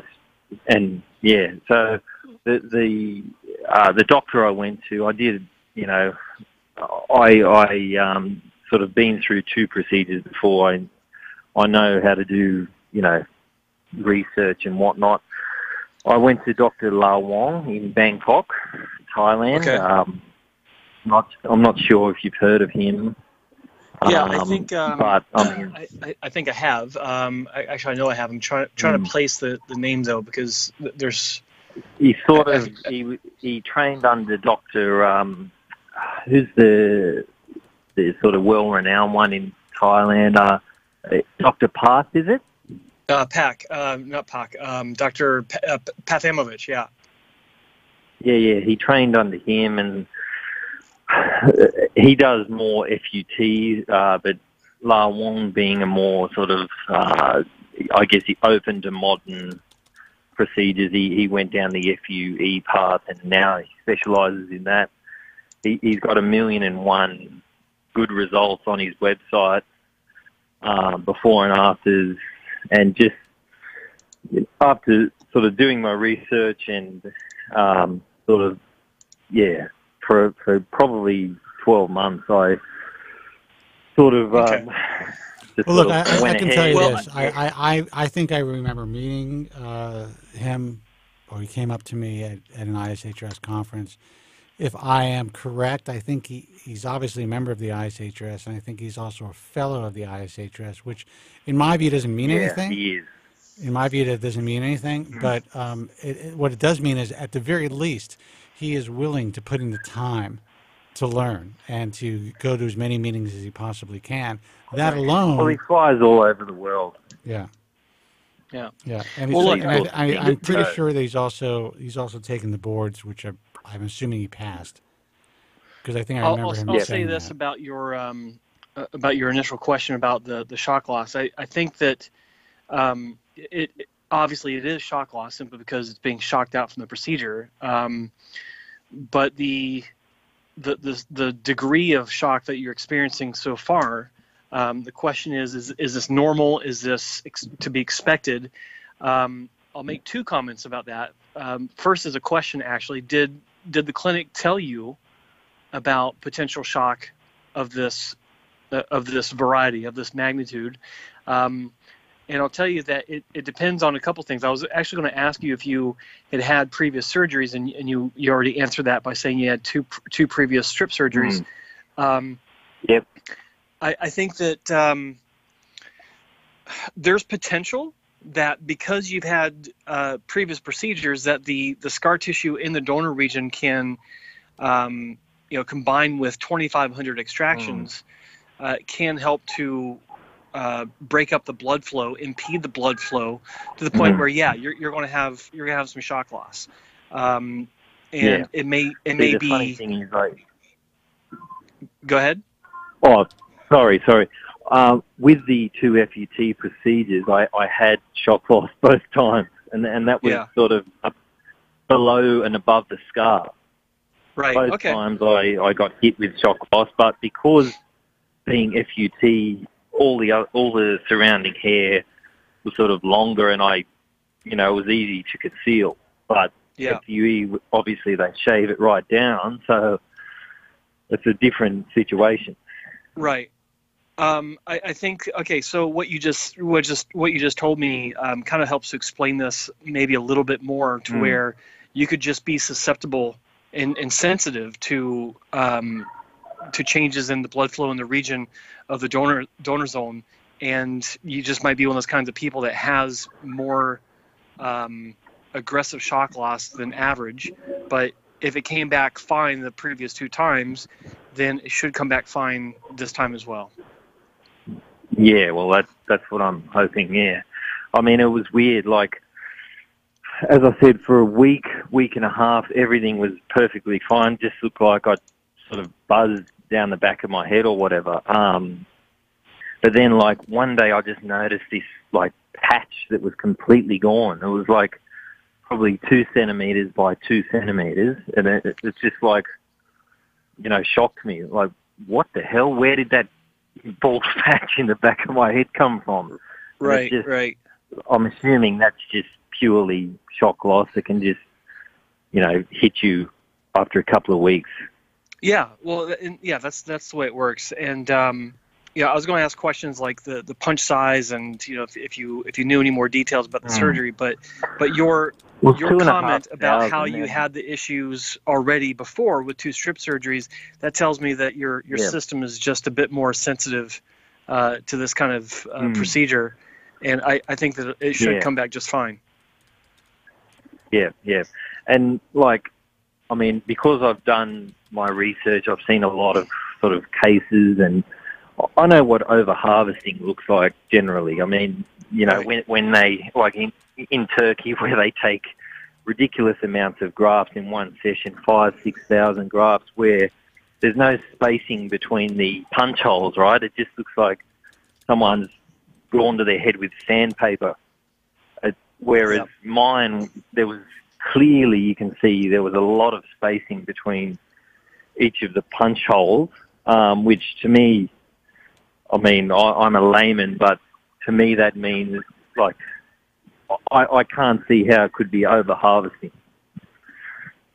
So, I don't know, I think I've obviously got a bit of bad luck here, and I guess it might be a waiting game. That's it. That's exactly what it is. Anyway. So strap in and get ready for the ride, because you're just starting. It could get worse, but hopefully it'll stabilize soon. And start to come. I always tell people that shock loss generally starts to recover around the same time you start getting new growth in recipient areas. So look for it to recover, from anywhere from 3 to 5 months out. Yeah. Well, no, that's good to hear. But I haven't received any shock loss whatsoever in the recipient area. Yeah. Are you talking about the grafted hair? That none of them have fallen out yet? Well, yeah, that a lot of them are still there, but I mean the native hair, none of that has been affected whatsoever. Okay, well, that's good. I would also encourage you to contact the clinic and ask them if you can be vigorous with your hair washing, because a lot of times people will say that their grafted hair isn't shedding the way that they expected it to, but it's also because they're being far too careful with the hair, and sometimes they need to be they need to be knocked out basically by vigorous hair washing. Yeah, no, I've been quite rough, I guess. Sort of after about 7 days, I was I got it pretty much clean after 7 days. Okay. So good. Well, then I don't know yeah, what then more you're I can probably do. in good shape on that point, and you're lucky in that regard. In the recipient area where they're just not falling out as aggressively as they do with some people. So, like I said, you're not through it yet, but it'll probably stabilize soon. Yeah. And just hang tight, Do you man. think it stabilizes after about a month? 3 to 5 weeks in the beginning, and then 3 to 5 months for it to come back. That's my rule of thumb across the board. Yeah. What's your opinion on MSM, sort of grade growth? Whether it's anything you've shock loss then. You're actually breaking up. There seems to be actually I have a poor connection sorry. from. Can you hear me now? Yes. Is that better? Better, yeah. Oh yes. Sorry, I asked the question. Can I get your opinion on MSM in terms of accelerating growth? Joe's a huge fan of MSN. It does absolutely nothing for kickstarting new growth. All it does is help your existing hair that's already an anagen to grow faster. That's all it does. It does not affect the growth cycle. It just affects the growth rate, the speed. Well, that can obviously help to conceal some of the shock loss, I guess. Yeah, I mean, of course. I mean, if you can get your hair to start growing out longer, faster, then for sure, it can help to hide any sort of issues. I remember when MSM was first on the scene. It was actually a friend of mine that first started talking about it on the forums back in 2002, and it's funny. I mean, your question's a natural one only because the way that the information got kind of distorted ever since that was first discovered, and but it's a natural progression. I mean, people will misread it and think that it's supposed to help new hair grow faster, but that's not the case. It just helps your existing hair and your nails, actually, your fingernails and toenails, to grow faster as well. That's it. Okay. Oh well, that's a bonus.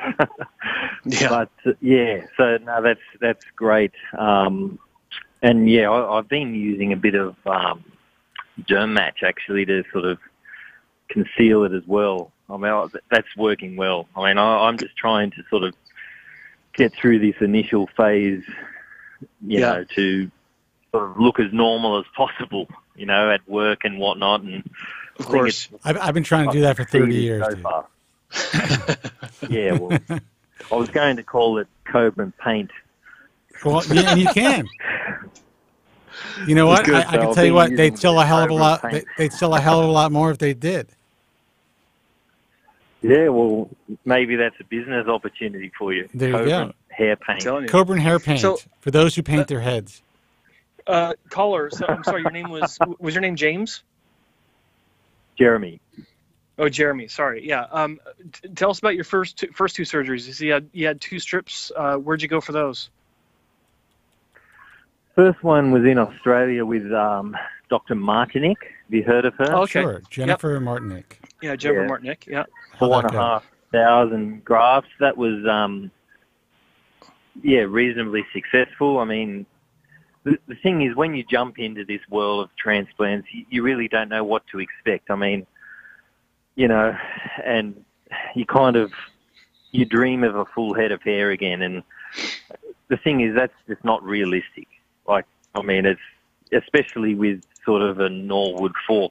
I mean, it's one procedure won't cut it. And, I really didn't know shit about transplants when I sort of jumped in and what to expect. But and what was your experience? What was your experience? I mean, this is a long time ago, obviously. Were you informed that this isn't a one-size-fits-all procedure, that there's a possibility that you're going to need more work done in the future? Yeah, I was actually. Well, that's great. I mean, that shows that Dr. Martinic is responsible, and there's a lot of physicians, especially in your part of the world, that would not do that. Yeah, no, that's right. So, I mean, to be honest with you, I think, Australia's quite behind in the world of transplants. God knows why. I don't know, but we're pretty much at the top of our game with most things, but hair transplants, we're behind actually. So most people seem to travel, but Dr. Martinik's probably one of the leading surgeons in the country. So, I mean, I had a positive experience with her. She has a daughter who does hair transplants as well. Yep. Yeah, that's right. So, I mean, they're keeping it in the family, obviously, which, you know, shows that. Are you allowed to compliment people, Joe? Is that not acceptable anymore? I'm sorry, to do what? Are you allowed to compliment somebody on their appearance? It's acceptable. Yeah. Okay. She's a smoke show, dude. Yeah, she is. Yeah. So much so that I was actually embarrassed to have her do my surgery on me because, you know, you want to impress good-looking women, not fucking look like shit in front of them. Let me tell you, if you're able to sign that check, you impressed her. Yeah, exactly. Yeah, Okay. okay. If you can afford the surgery to begin with, that's a plus in her book. Yeah. Yeah. So, yeah, not that her was that specifically, one. just That was the a first woman. one. I want to be clear on that. Oh, of course. Yeah, exactly. And I also man, want to make that it was clear the that I first am not one. objectifying this person. There are a lot of good people, good-looking people in the world who happen to be very smart and who have great skill sets. I don't mind every once in a while being complimented. I remember she actually did compliment me in my appearance, which I appreciate. So I'm just now reciprocating. How's that? No, that's awesome. I'll let her know that if I see her again. Maybe not. Yeah, you can. Let her know that. Kobren said you're a smoke show. You know, I'm not saying anything. Cut to the. I mean, we live in such a delicate, fucked up world. You can't even say, well, we don't work together, so it's fine. But you can't even say someone's good looking anymore. Can't say it. No, I know. We're all precious these days. Yeah. We're all precious. We're all delicate. It's good. Yeah. I like that. Oh, yeah. I'll tell you what, we're all skating on thin ice. Yeah, so anyway, second procedure I had with Feller and Bloxham in New York. That was done by Dr. Bloxham. That was a good experience, to be honest. The only issue I had with that procedure was, the first procedure was 4,500 grafts. Second procedure was 3,000. I did experience a bit of scar stretching. I guess, 7,500 grafts out of the scalp is obviously quite a lot. And I think I already had a reasonably tight scalp anyway. So I did stretch a little bit further than the initial surgery, which probably is expected, I guess. Not really.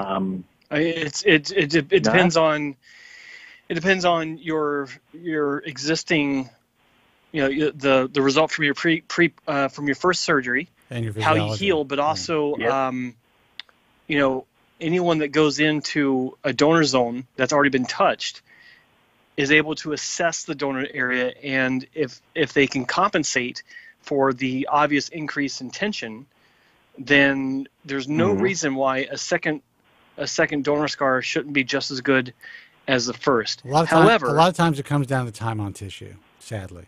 It does come down to time on tissue. There are other variables as well. I mean, maybe it was tighter in one area than it was in another to a degree that was not anticipated. But that's still a time on tissue issue. Yeah, where it only stretched in two areas, and that was both in the back corners of the scalp. It only stretched in two areas, in the back and the side. Yeah. No, the back corners. Right at the back was fine, and the sides were fine. It was just in the two corners where it stretched, and yeah. I mean, and that's those are the two most common areas. Yeah, because I guess that's simply where it's the tightest, right? I'm assuming. Yes, it is. It is. Yeah. And that's why those areas have to be specifically tapered, and also, really, there's a lot of judgment calls, and it takes a really experienced in my view, a person with a lot of time on tissue, to kind of avoid some of those typical pitfalls. So this is not to blame anybody, but you also shouldn't say that it's typical or blame yourself. It just happened. Yeah. You know? Okay. Yeah. So, but like the extra hair on top was like the results were great. I mean, to be honest. So, yeah. You know, overall, I was outside of the stretch scar. I mean, I was very happy, I must admit. Good. With the second surgery.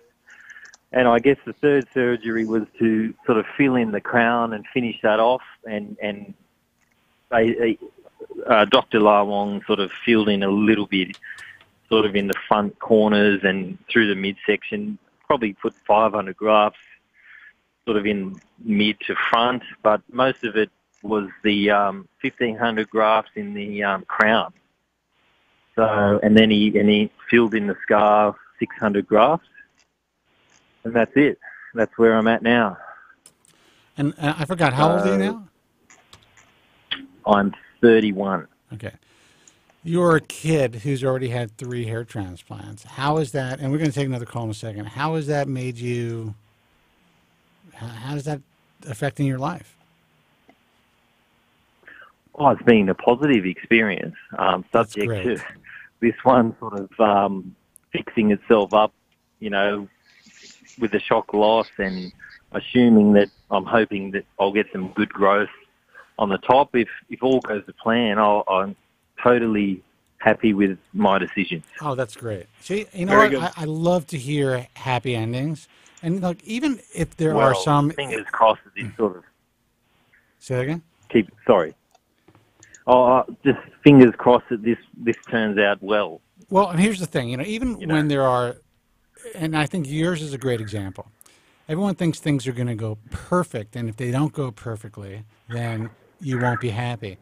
Even if things don't go perfectly in this process, in the end, there are a lot of people who could still come away from the experience better off. And you're one of these guys. You had stretch back. You dealt with, 3 different surgeons. You know, you've had a, travel to the U.S. You went to see. Now, who did your first surgery? Was it Dr. Martinique or was it her daughter? It was both. Both. They work together. Yeah. Yeah. And you didn't get her number, dude? Oh, I've got a number. Don't you worry. I've got her email too. Good man. All right. Well, listen, dude. I appreciate the call. I think you're going to be. Again, Joe is a guy that's been in the trenches. He's had 9 hair transplants. He's definitely the guy I believe that you should have addressed this question to. I've seen and spoken with, countless people over the last 21 years. I have a kind of a different perspective, and your experience is pretty typical. And a lot of people in your position seem to come away with a, like you said, you think it was a positive experience, and it's only going to benefit your life. Oh, 100%. From after surgery too, my confidence just rocketed upwards, to be honest. Totally positive. One thing I will say, I really am a big fan. If you're a Norwood 4+, I'm a big fan of going FUT first. That's my personal opinion, because you're really saving a lot of precious grafts, in my opinion. Right. I think that's a great. That's a great piece of advice. And actually, look, if you plan on having a strip at any time, the best time to have it, in my view, is the first surgery. Yep. Oh yeah, 100%. Because you're saving so much donor hair. If you go in with a huge mega session of FUE first, God knows what the results might be, and if they fuck it up, you've got very limited options. Yeah. Whereas FUT, if they fuck up, you can still save yourself. Yes. And you know what? Coming from That's my view anyway. Coming from an educated consumer, someone who's been through 3 different procedures, I think that that speaks volumes. It's not that was very well said. Yeah. Yeah. It's not just 2 guys who, some young people may think, oh, wait, these guys, they've been around for 25 years. They don't know what to talk about anymore. Listen, nothing has changed in this field. Nothing great has happened in this field.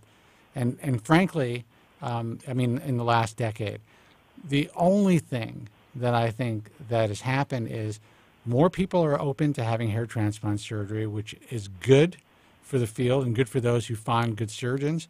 But sadly, with that said, because there's more demand, the supply is being met by a lot of fucked up doctors and non-physicians and unlicensed professionals, and it's a mess. You were lucky enough to make what I believe to be 3 good choices. So congratulations.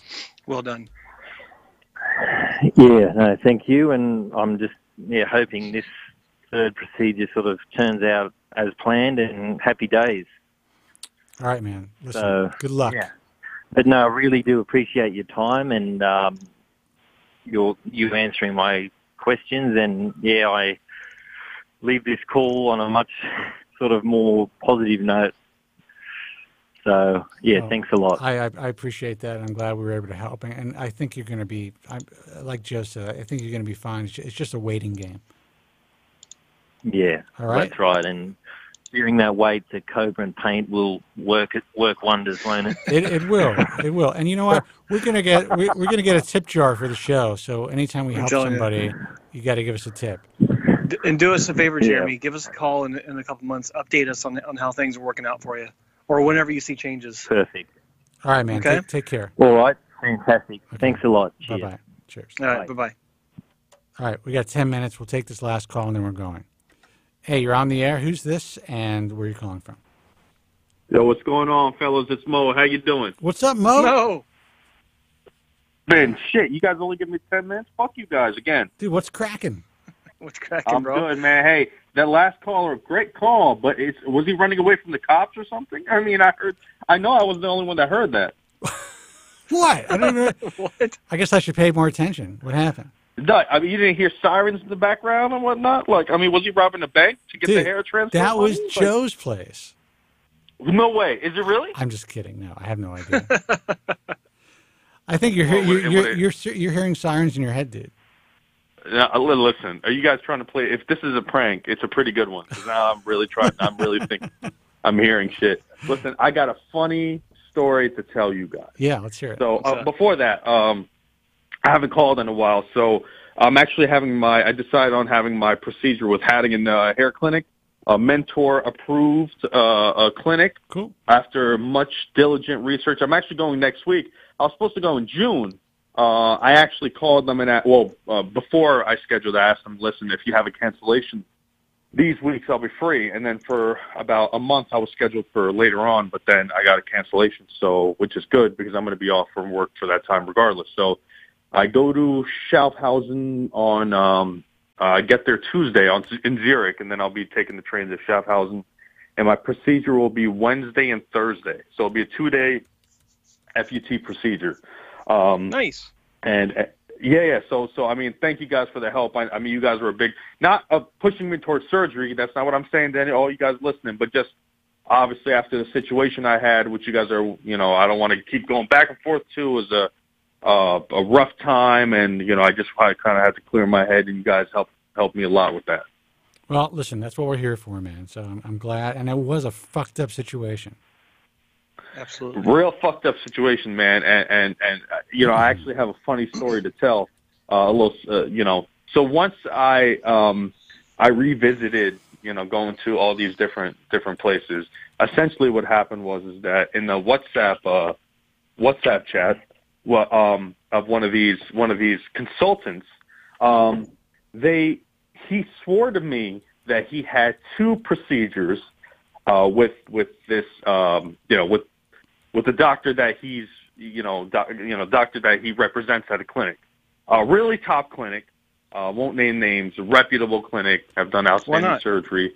And so he said he had 2. And at first I thought, hey, maybe, because it looked real, but I'm like, it could also be, a wig or a really good wig or something like that. But I'm like, it also looked, if it's a wig, I'm like, it's pretty spot on because I'm pretty good at spotting that. But anywho, so he convinced me and whatnot. And then he sends me a text message. Now, it wasn't news, but it was the closest thing to news without showing any naked body parts. The dude had no shirt, and so he was shirtless, and he had no hair. Or he had hair, but it was obviously not, wait a second. I kid you not. Joe, you got to help me here. What? So he didn't send you a dick pic. He didn't send me a dick pic. What he sent me was he didn't mean to send it to me. He meant to send it to somebody else. But he sent it to me by mistake. That is fucking unbelievably funny. Oh my God. Sadly, I know who it is, and this guy must be mortified because the guy sends pics. The guy likes to send pics. Let's put it that way. Wait, I wasn't sure if he was talking about the same clinic or a different clinic. I think that he's talking about the same clinic that he was considering going to at one point. Dude, I need to have a talk to this guy. What gave it away? How do you guys know this? Dude, I know everything. Dude, we know where all the bodies are buried. Okay, we know everything. Okay, so he sent me. Okay, so first, and this was like 2 a.m. or something at night, and obviously that's in the West Coast, and I'm in the East Coast, right? So the time difference is, I'm already asleep, and I'm thinking, wait, who the hell is this? And then it wasn't, and what stood out to me? It was like just a shirtless pic, but it wasn't the fact that he sent me a borderline dick pic, but it was the fact that he basically lied just to, about basically saying he had 2 procedures and that's his hair and he had 2 procedures with this physician, and my dumbass believed it. I mean, I was suspect. You know what I'm saying? I was suspect. Fucking laugh. Hang on. Okay, I want to be clear. He did have 2 I want it to be clear that he has had two procedures, but for hairline work, so that he can wear a hair system behind it. Okay, well, see, he's telling the truth, but again, it's being very deceptive. It's not about that. And to be honest with you, I'd like to think I'm an educated consumer. I'm not against hair weaves. I'm not against. I mean, I use fibers, and I know everybody who's we all do what we need to do to get by, of course. Yeah, exactly. And my thing is, I wouldn't have had a problem. Because I mean, listen, every person isn't a great candidate, and even some of the ones that do have candidates, they run out of donor. It's totally okay. But it was just the fact that. Can you please send me that picture? I'm not doing it. I'm not doing it. I'm not doing it. I'll be upset if he actually kept it. Oh, he's got it. No, you got that picture. I mean, I didn't. Well, listen, I didn't delete it just because I don't really use WhatsApp. WhatsApp is just kind of there. It's just for international calls and whatnot. But those photos go straight into your photo gallery on your phone, right? Hey, listen, man, it ain't my picture. That's all I got to say. So next time you're like your girl picks up your phone to go through your pictures, it should be like. Dude, so look, you're a friend. You're a friend of the show, right?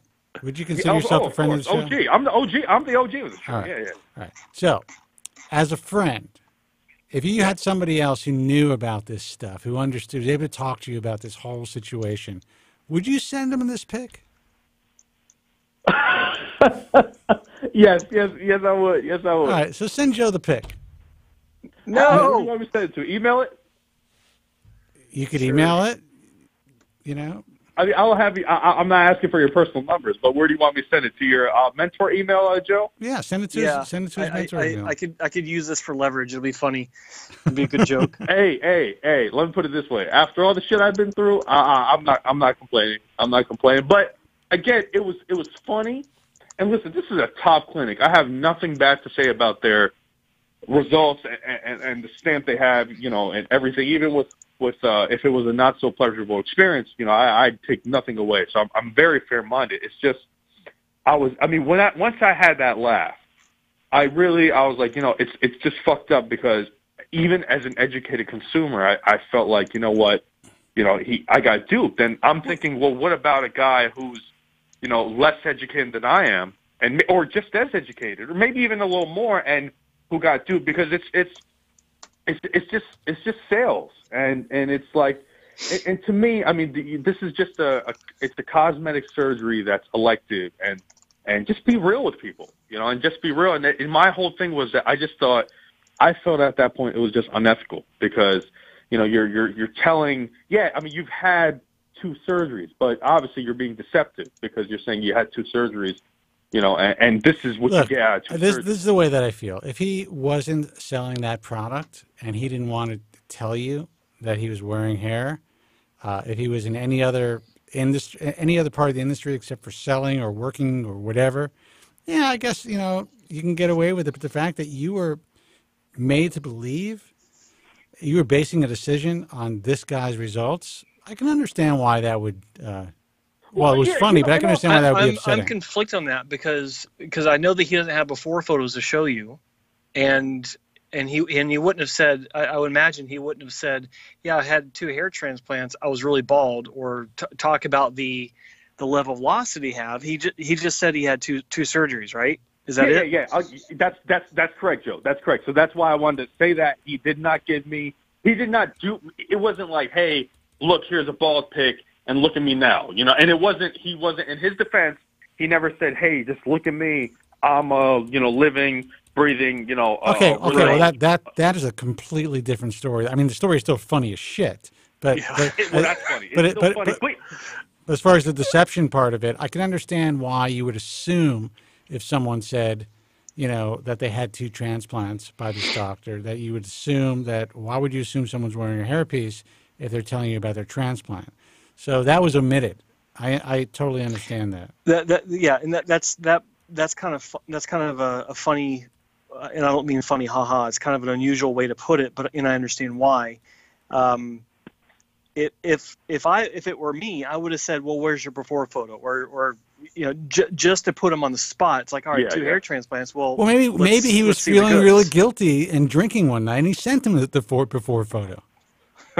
That's what it was. Yeah, that's right. That's what it was.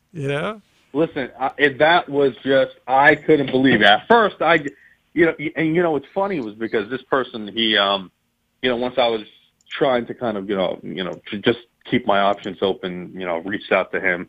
I didn't get any kind of, message back. I was talking to other people in the clinic, and then I just see out a few months later, I just get this text message for a person that I was trying to at least talk to about like 4 months ago. And I'm like, this is random as shit. What the hell is this? And then that happened. And it was funny. I got to ask you, did you get back to him? Did you say, what's up with this? No, I didn't say shit. I mean, it's just awkward. What do I say? He obviously he was obviously in a certain kind of mood, to have fun. And, I don't know if he ever realized that he sent it to the wrong person or of the same gender.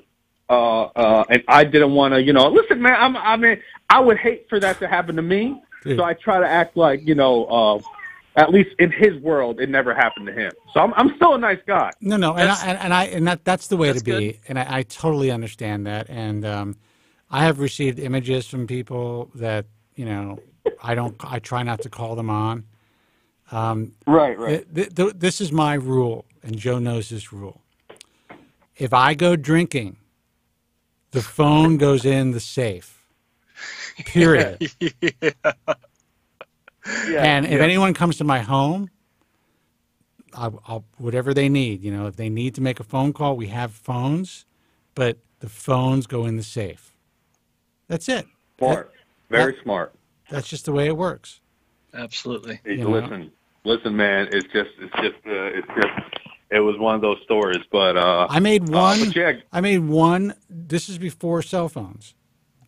This is how old I made one drunken post in my life, and it wasn't even bad. And it was used against me by a so-called competitor even before I was able to get the IHRS off the ground. And It was essentially just saying what I say on this show all the time, that I was talking about the ISHRS, talking about how there were no standards, and someone had written me. This was like an old, type of messaging service. Said that you're obviously doing well. You're selling a lot of books. You're on the radio, and I said something like, "Look, man, I'm putting in all the work. Like, why shouldn't I get paid for this?" Something really innocuous. That was turned into something really evil. Like I was going up and trying to eclipse the ISHRS, and that you should not allow this person to be involved in this field, and we all need to destroy him. Mm-hmm. That was one lesson that I learned. That was the last time, and you're talking about 1998, that I ever had a couple of drinks and got behind a computer. And that wasn't even bad. Yeah, it wasn't even a bad one, exactly. I learned my lesson early on. Hey, well, some other people could use that lesson too in that example, but hey, man, it is what it is. Especially don't ever press send. And when you do press send, just look at who you're sending it to. But no, I mean, I know you guys got to go. It's funny as shit, though, dude. That is funny. I hope you send that to Joe. I really hope you send it to Joe. I got to see it. No, I will. I'll probably tomorrow morning. I know it'll be in safe hands. And he will. This guy will on Facebook. No, this guy will never know. It's our little secret and the audience's little secret. They don't know who you're talking about, but we do. Yeah, they'll know who I'm talking about. So no, it's you got it. But so my procedures next Wednesday and Thursday. I'm excited. I'll keep you guys posted. I just felt like, and listen, man, I'm carrying the same mindset. I mean, my consultation with Dr. Merceneau went very well. We talk. I mean, I've talked to him multiple times. I have his personal cell number, which, says a lot. I just wanted to, but I'll come with the same mindset. God forbid if there's something unexpected or something that doesn't go the way I feel like it's supposed to go, if I feel uncomfortable, I'm walking my ass out the door. At least I got to see Switzerland. Well, let me tell you a couple things that maybe help. Dr. Merceneau, I've known him for several years. He is one of the most passionate people in this industry about what he does. Yes. And I mean, he's extremely passionate about it, and he's very concerned about the problems that are going on in the industry right now. And I guarantee you that the moment that you bring that up, I question whether you should even talk to him about it, just because he might not be able to stop talking. Well, that's the thing. That's why he's actually our first and currently only visible, but we're going to be adding a lot more, associate member in the IHS. Yeah. And the reason for that is because he supports our message, and because the industry is turning into such shit, he wants to see something done. Yeah. This guy really does care. Go ahead. I remember I asked you. I don't know if you remember a few months back, but I asked you too, like why? Because when I was browsing through the IAHRS website and I saw him there, but he was an associate member. I asked, and you gave a very fair reasoning, And listen, I talked to Dr. Merceneau. I mean, I was coming at a point where I knew obviously there were great surgeons. I mean, obviously there's still world-renowned surgeons besides just the clinic that I was considering. But I was in a dark place, not depression dark, but, because expecting something and not getting it. What really said to me about him was he listened. He talked to me like as a human being, and he talked to me like, it's not the small chat. It's just he listened. I told him exactly what happened. What happened, and I was also in a way trying to see if he uses that for his own capitalization, because I've said that to a few other clinics without naming the clinic name, and they'll bounce back. They'll use it's like a marketing technique over there. He didn't do any cheap shit like that. He really listened. He really told me what to expect. We talked about what's reasonable, what can be done, what can't be done, and what we're coming in for, everything. And it was just I have faith in the guy. Well, you tell him when you go there, you tell him I say hello. I think he's a really nice guy. Him and I have had some online barbs, and he is, and the only reason for that is he's relatively new into, understanding, how he could affect change in this field. I respect the guy a lot. He's really good at what he does. And Joe is right. He's so passionate about what he does that, he comes out with some stuff online that I have to say, look, dude, you got to pull that back. And this isn't bad stuff. This is actually positive, potentially to positively change the field. But I have to say, that's not going to work. We have to go in this direction. And then he's open-minded. Yeah. I mean, this is a really smart young doctor. So very much so. Yeah, I think listen, there's no guarantees, but I think you made a good choice. And do us a favor, Mo. When you're there, take a lot of photos and video if you can, because I think that his clinic is underrepresented online. I mean, I've done what I can, and he's got more exposure than he has in the past. But I think doctors like him deserve to have all the help that they can get. The word needs to get out. So document as much as you can. No, I definitely will, and I'll keep you guys posted. All right, Mo. Listen, that's a funny fucking story, but you know what? I'm not surprised. No, listen. I'm not even. It was the closest. If it makes any sense, it was the closest, most appropriate. It was a PG-rated dick pic. How about that? Essentially, yeah. Yes, exactly. It was the most appropriate. And all I can say is that you are lucky. That's all I'm saying. Really? All right, dude. I'm not saying a thing. Okay. Oh God. All right, guys. I'll talk to you guys. All right. Take care. Everybody. Take it easy. Bye-bye. See ya. That is the funniest fucking. If I didn't know the situation, I would say that was unbelievable. That was made up. It was just a matter of time. It's just a matter of time. But you still gotta love the guy. I'm not talking about Mo. I'm talking about the other guy. How can you not? Look, and the truth is, I mean, he's working for two of the best surgeons in their class. So, selling a really strong product. Philly Boy Fitness in the chat room asked me, Joe, was your brother or any family members on Propecia also? I think my little brother might be, my younger brother. I advised him on it a few years ago. He said he's going to get a prescription, but I don't know if he's on it anymore or if he ever did get on it. Look, I'm hungry. I don't know if you want to take another phone call or do you want to go? I actually have to get going. I gotta run some errands. All right, caller. You heard what Joe said. He call back on Friday. Cut you off in these. Yeah, call back on Friday. Guys, we are going to call it a night. Thank you so much for tuning in and for hanging out. Sorry that we could not get Joe's video together, but hopefully by Friday that'll all be figured out, meaning he won't think that I was MIA, because that's what happened. Because I was in studio doing an interview. I had no Skype availability, and I was just kind of like concentrating on what I was doing. And I guess he felt that I was maybe hit by a bus. I don't know. Ghosting me. I was That's ghosting. What I thought. You're ghosting me. Fucking ghosting you. Why would I ghost Tillman? All right, guys. The website's thebaldtruth.com, IAHRS.org for, excuse me, the International Alliance of Hair Restoration Surgeons. For archives for this broadcast, thebaldtruth.com. Check out Joe's YouTube page at youtube.com/hairtransplantmentor. Also, take time to subscribe, not only subscribe to that page and to ring that bell, but subscribe to Hair Transplant Podcast on YouTube. We are putting up some segments. I decided to kind of give a couple of 20-second segments a try to see if we got any response.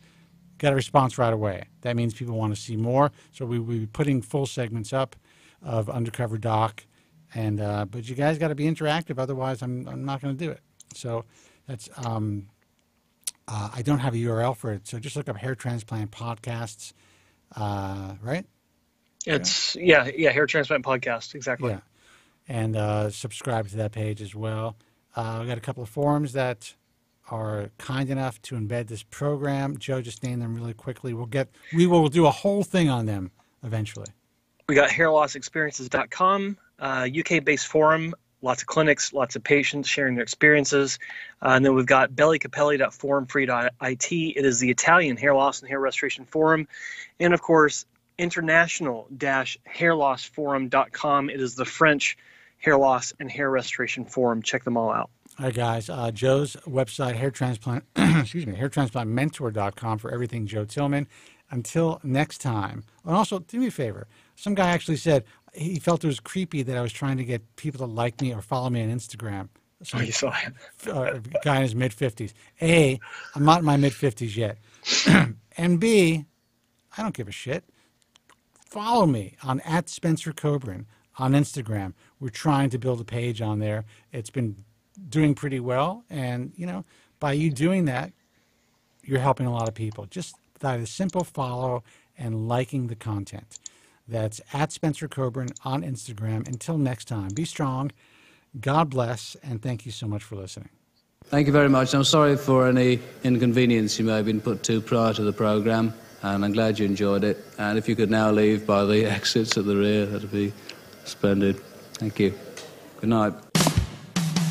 Bud Light presents Real American Heroes. Real American heroes. Today we salute you, Mr. Really Bad Toupee Wearer.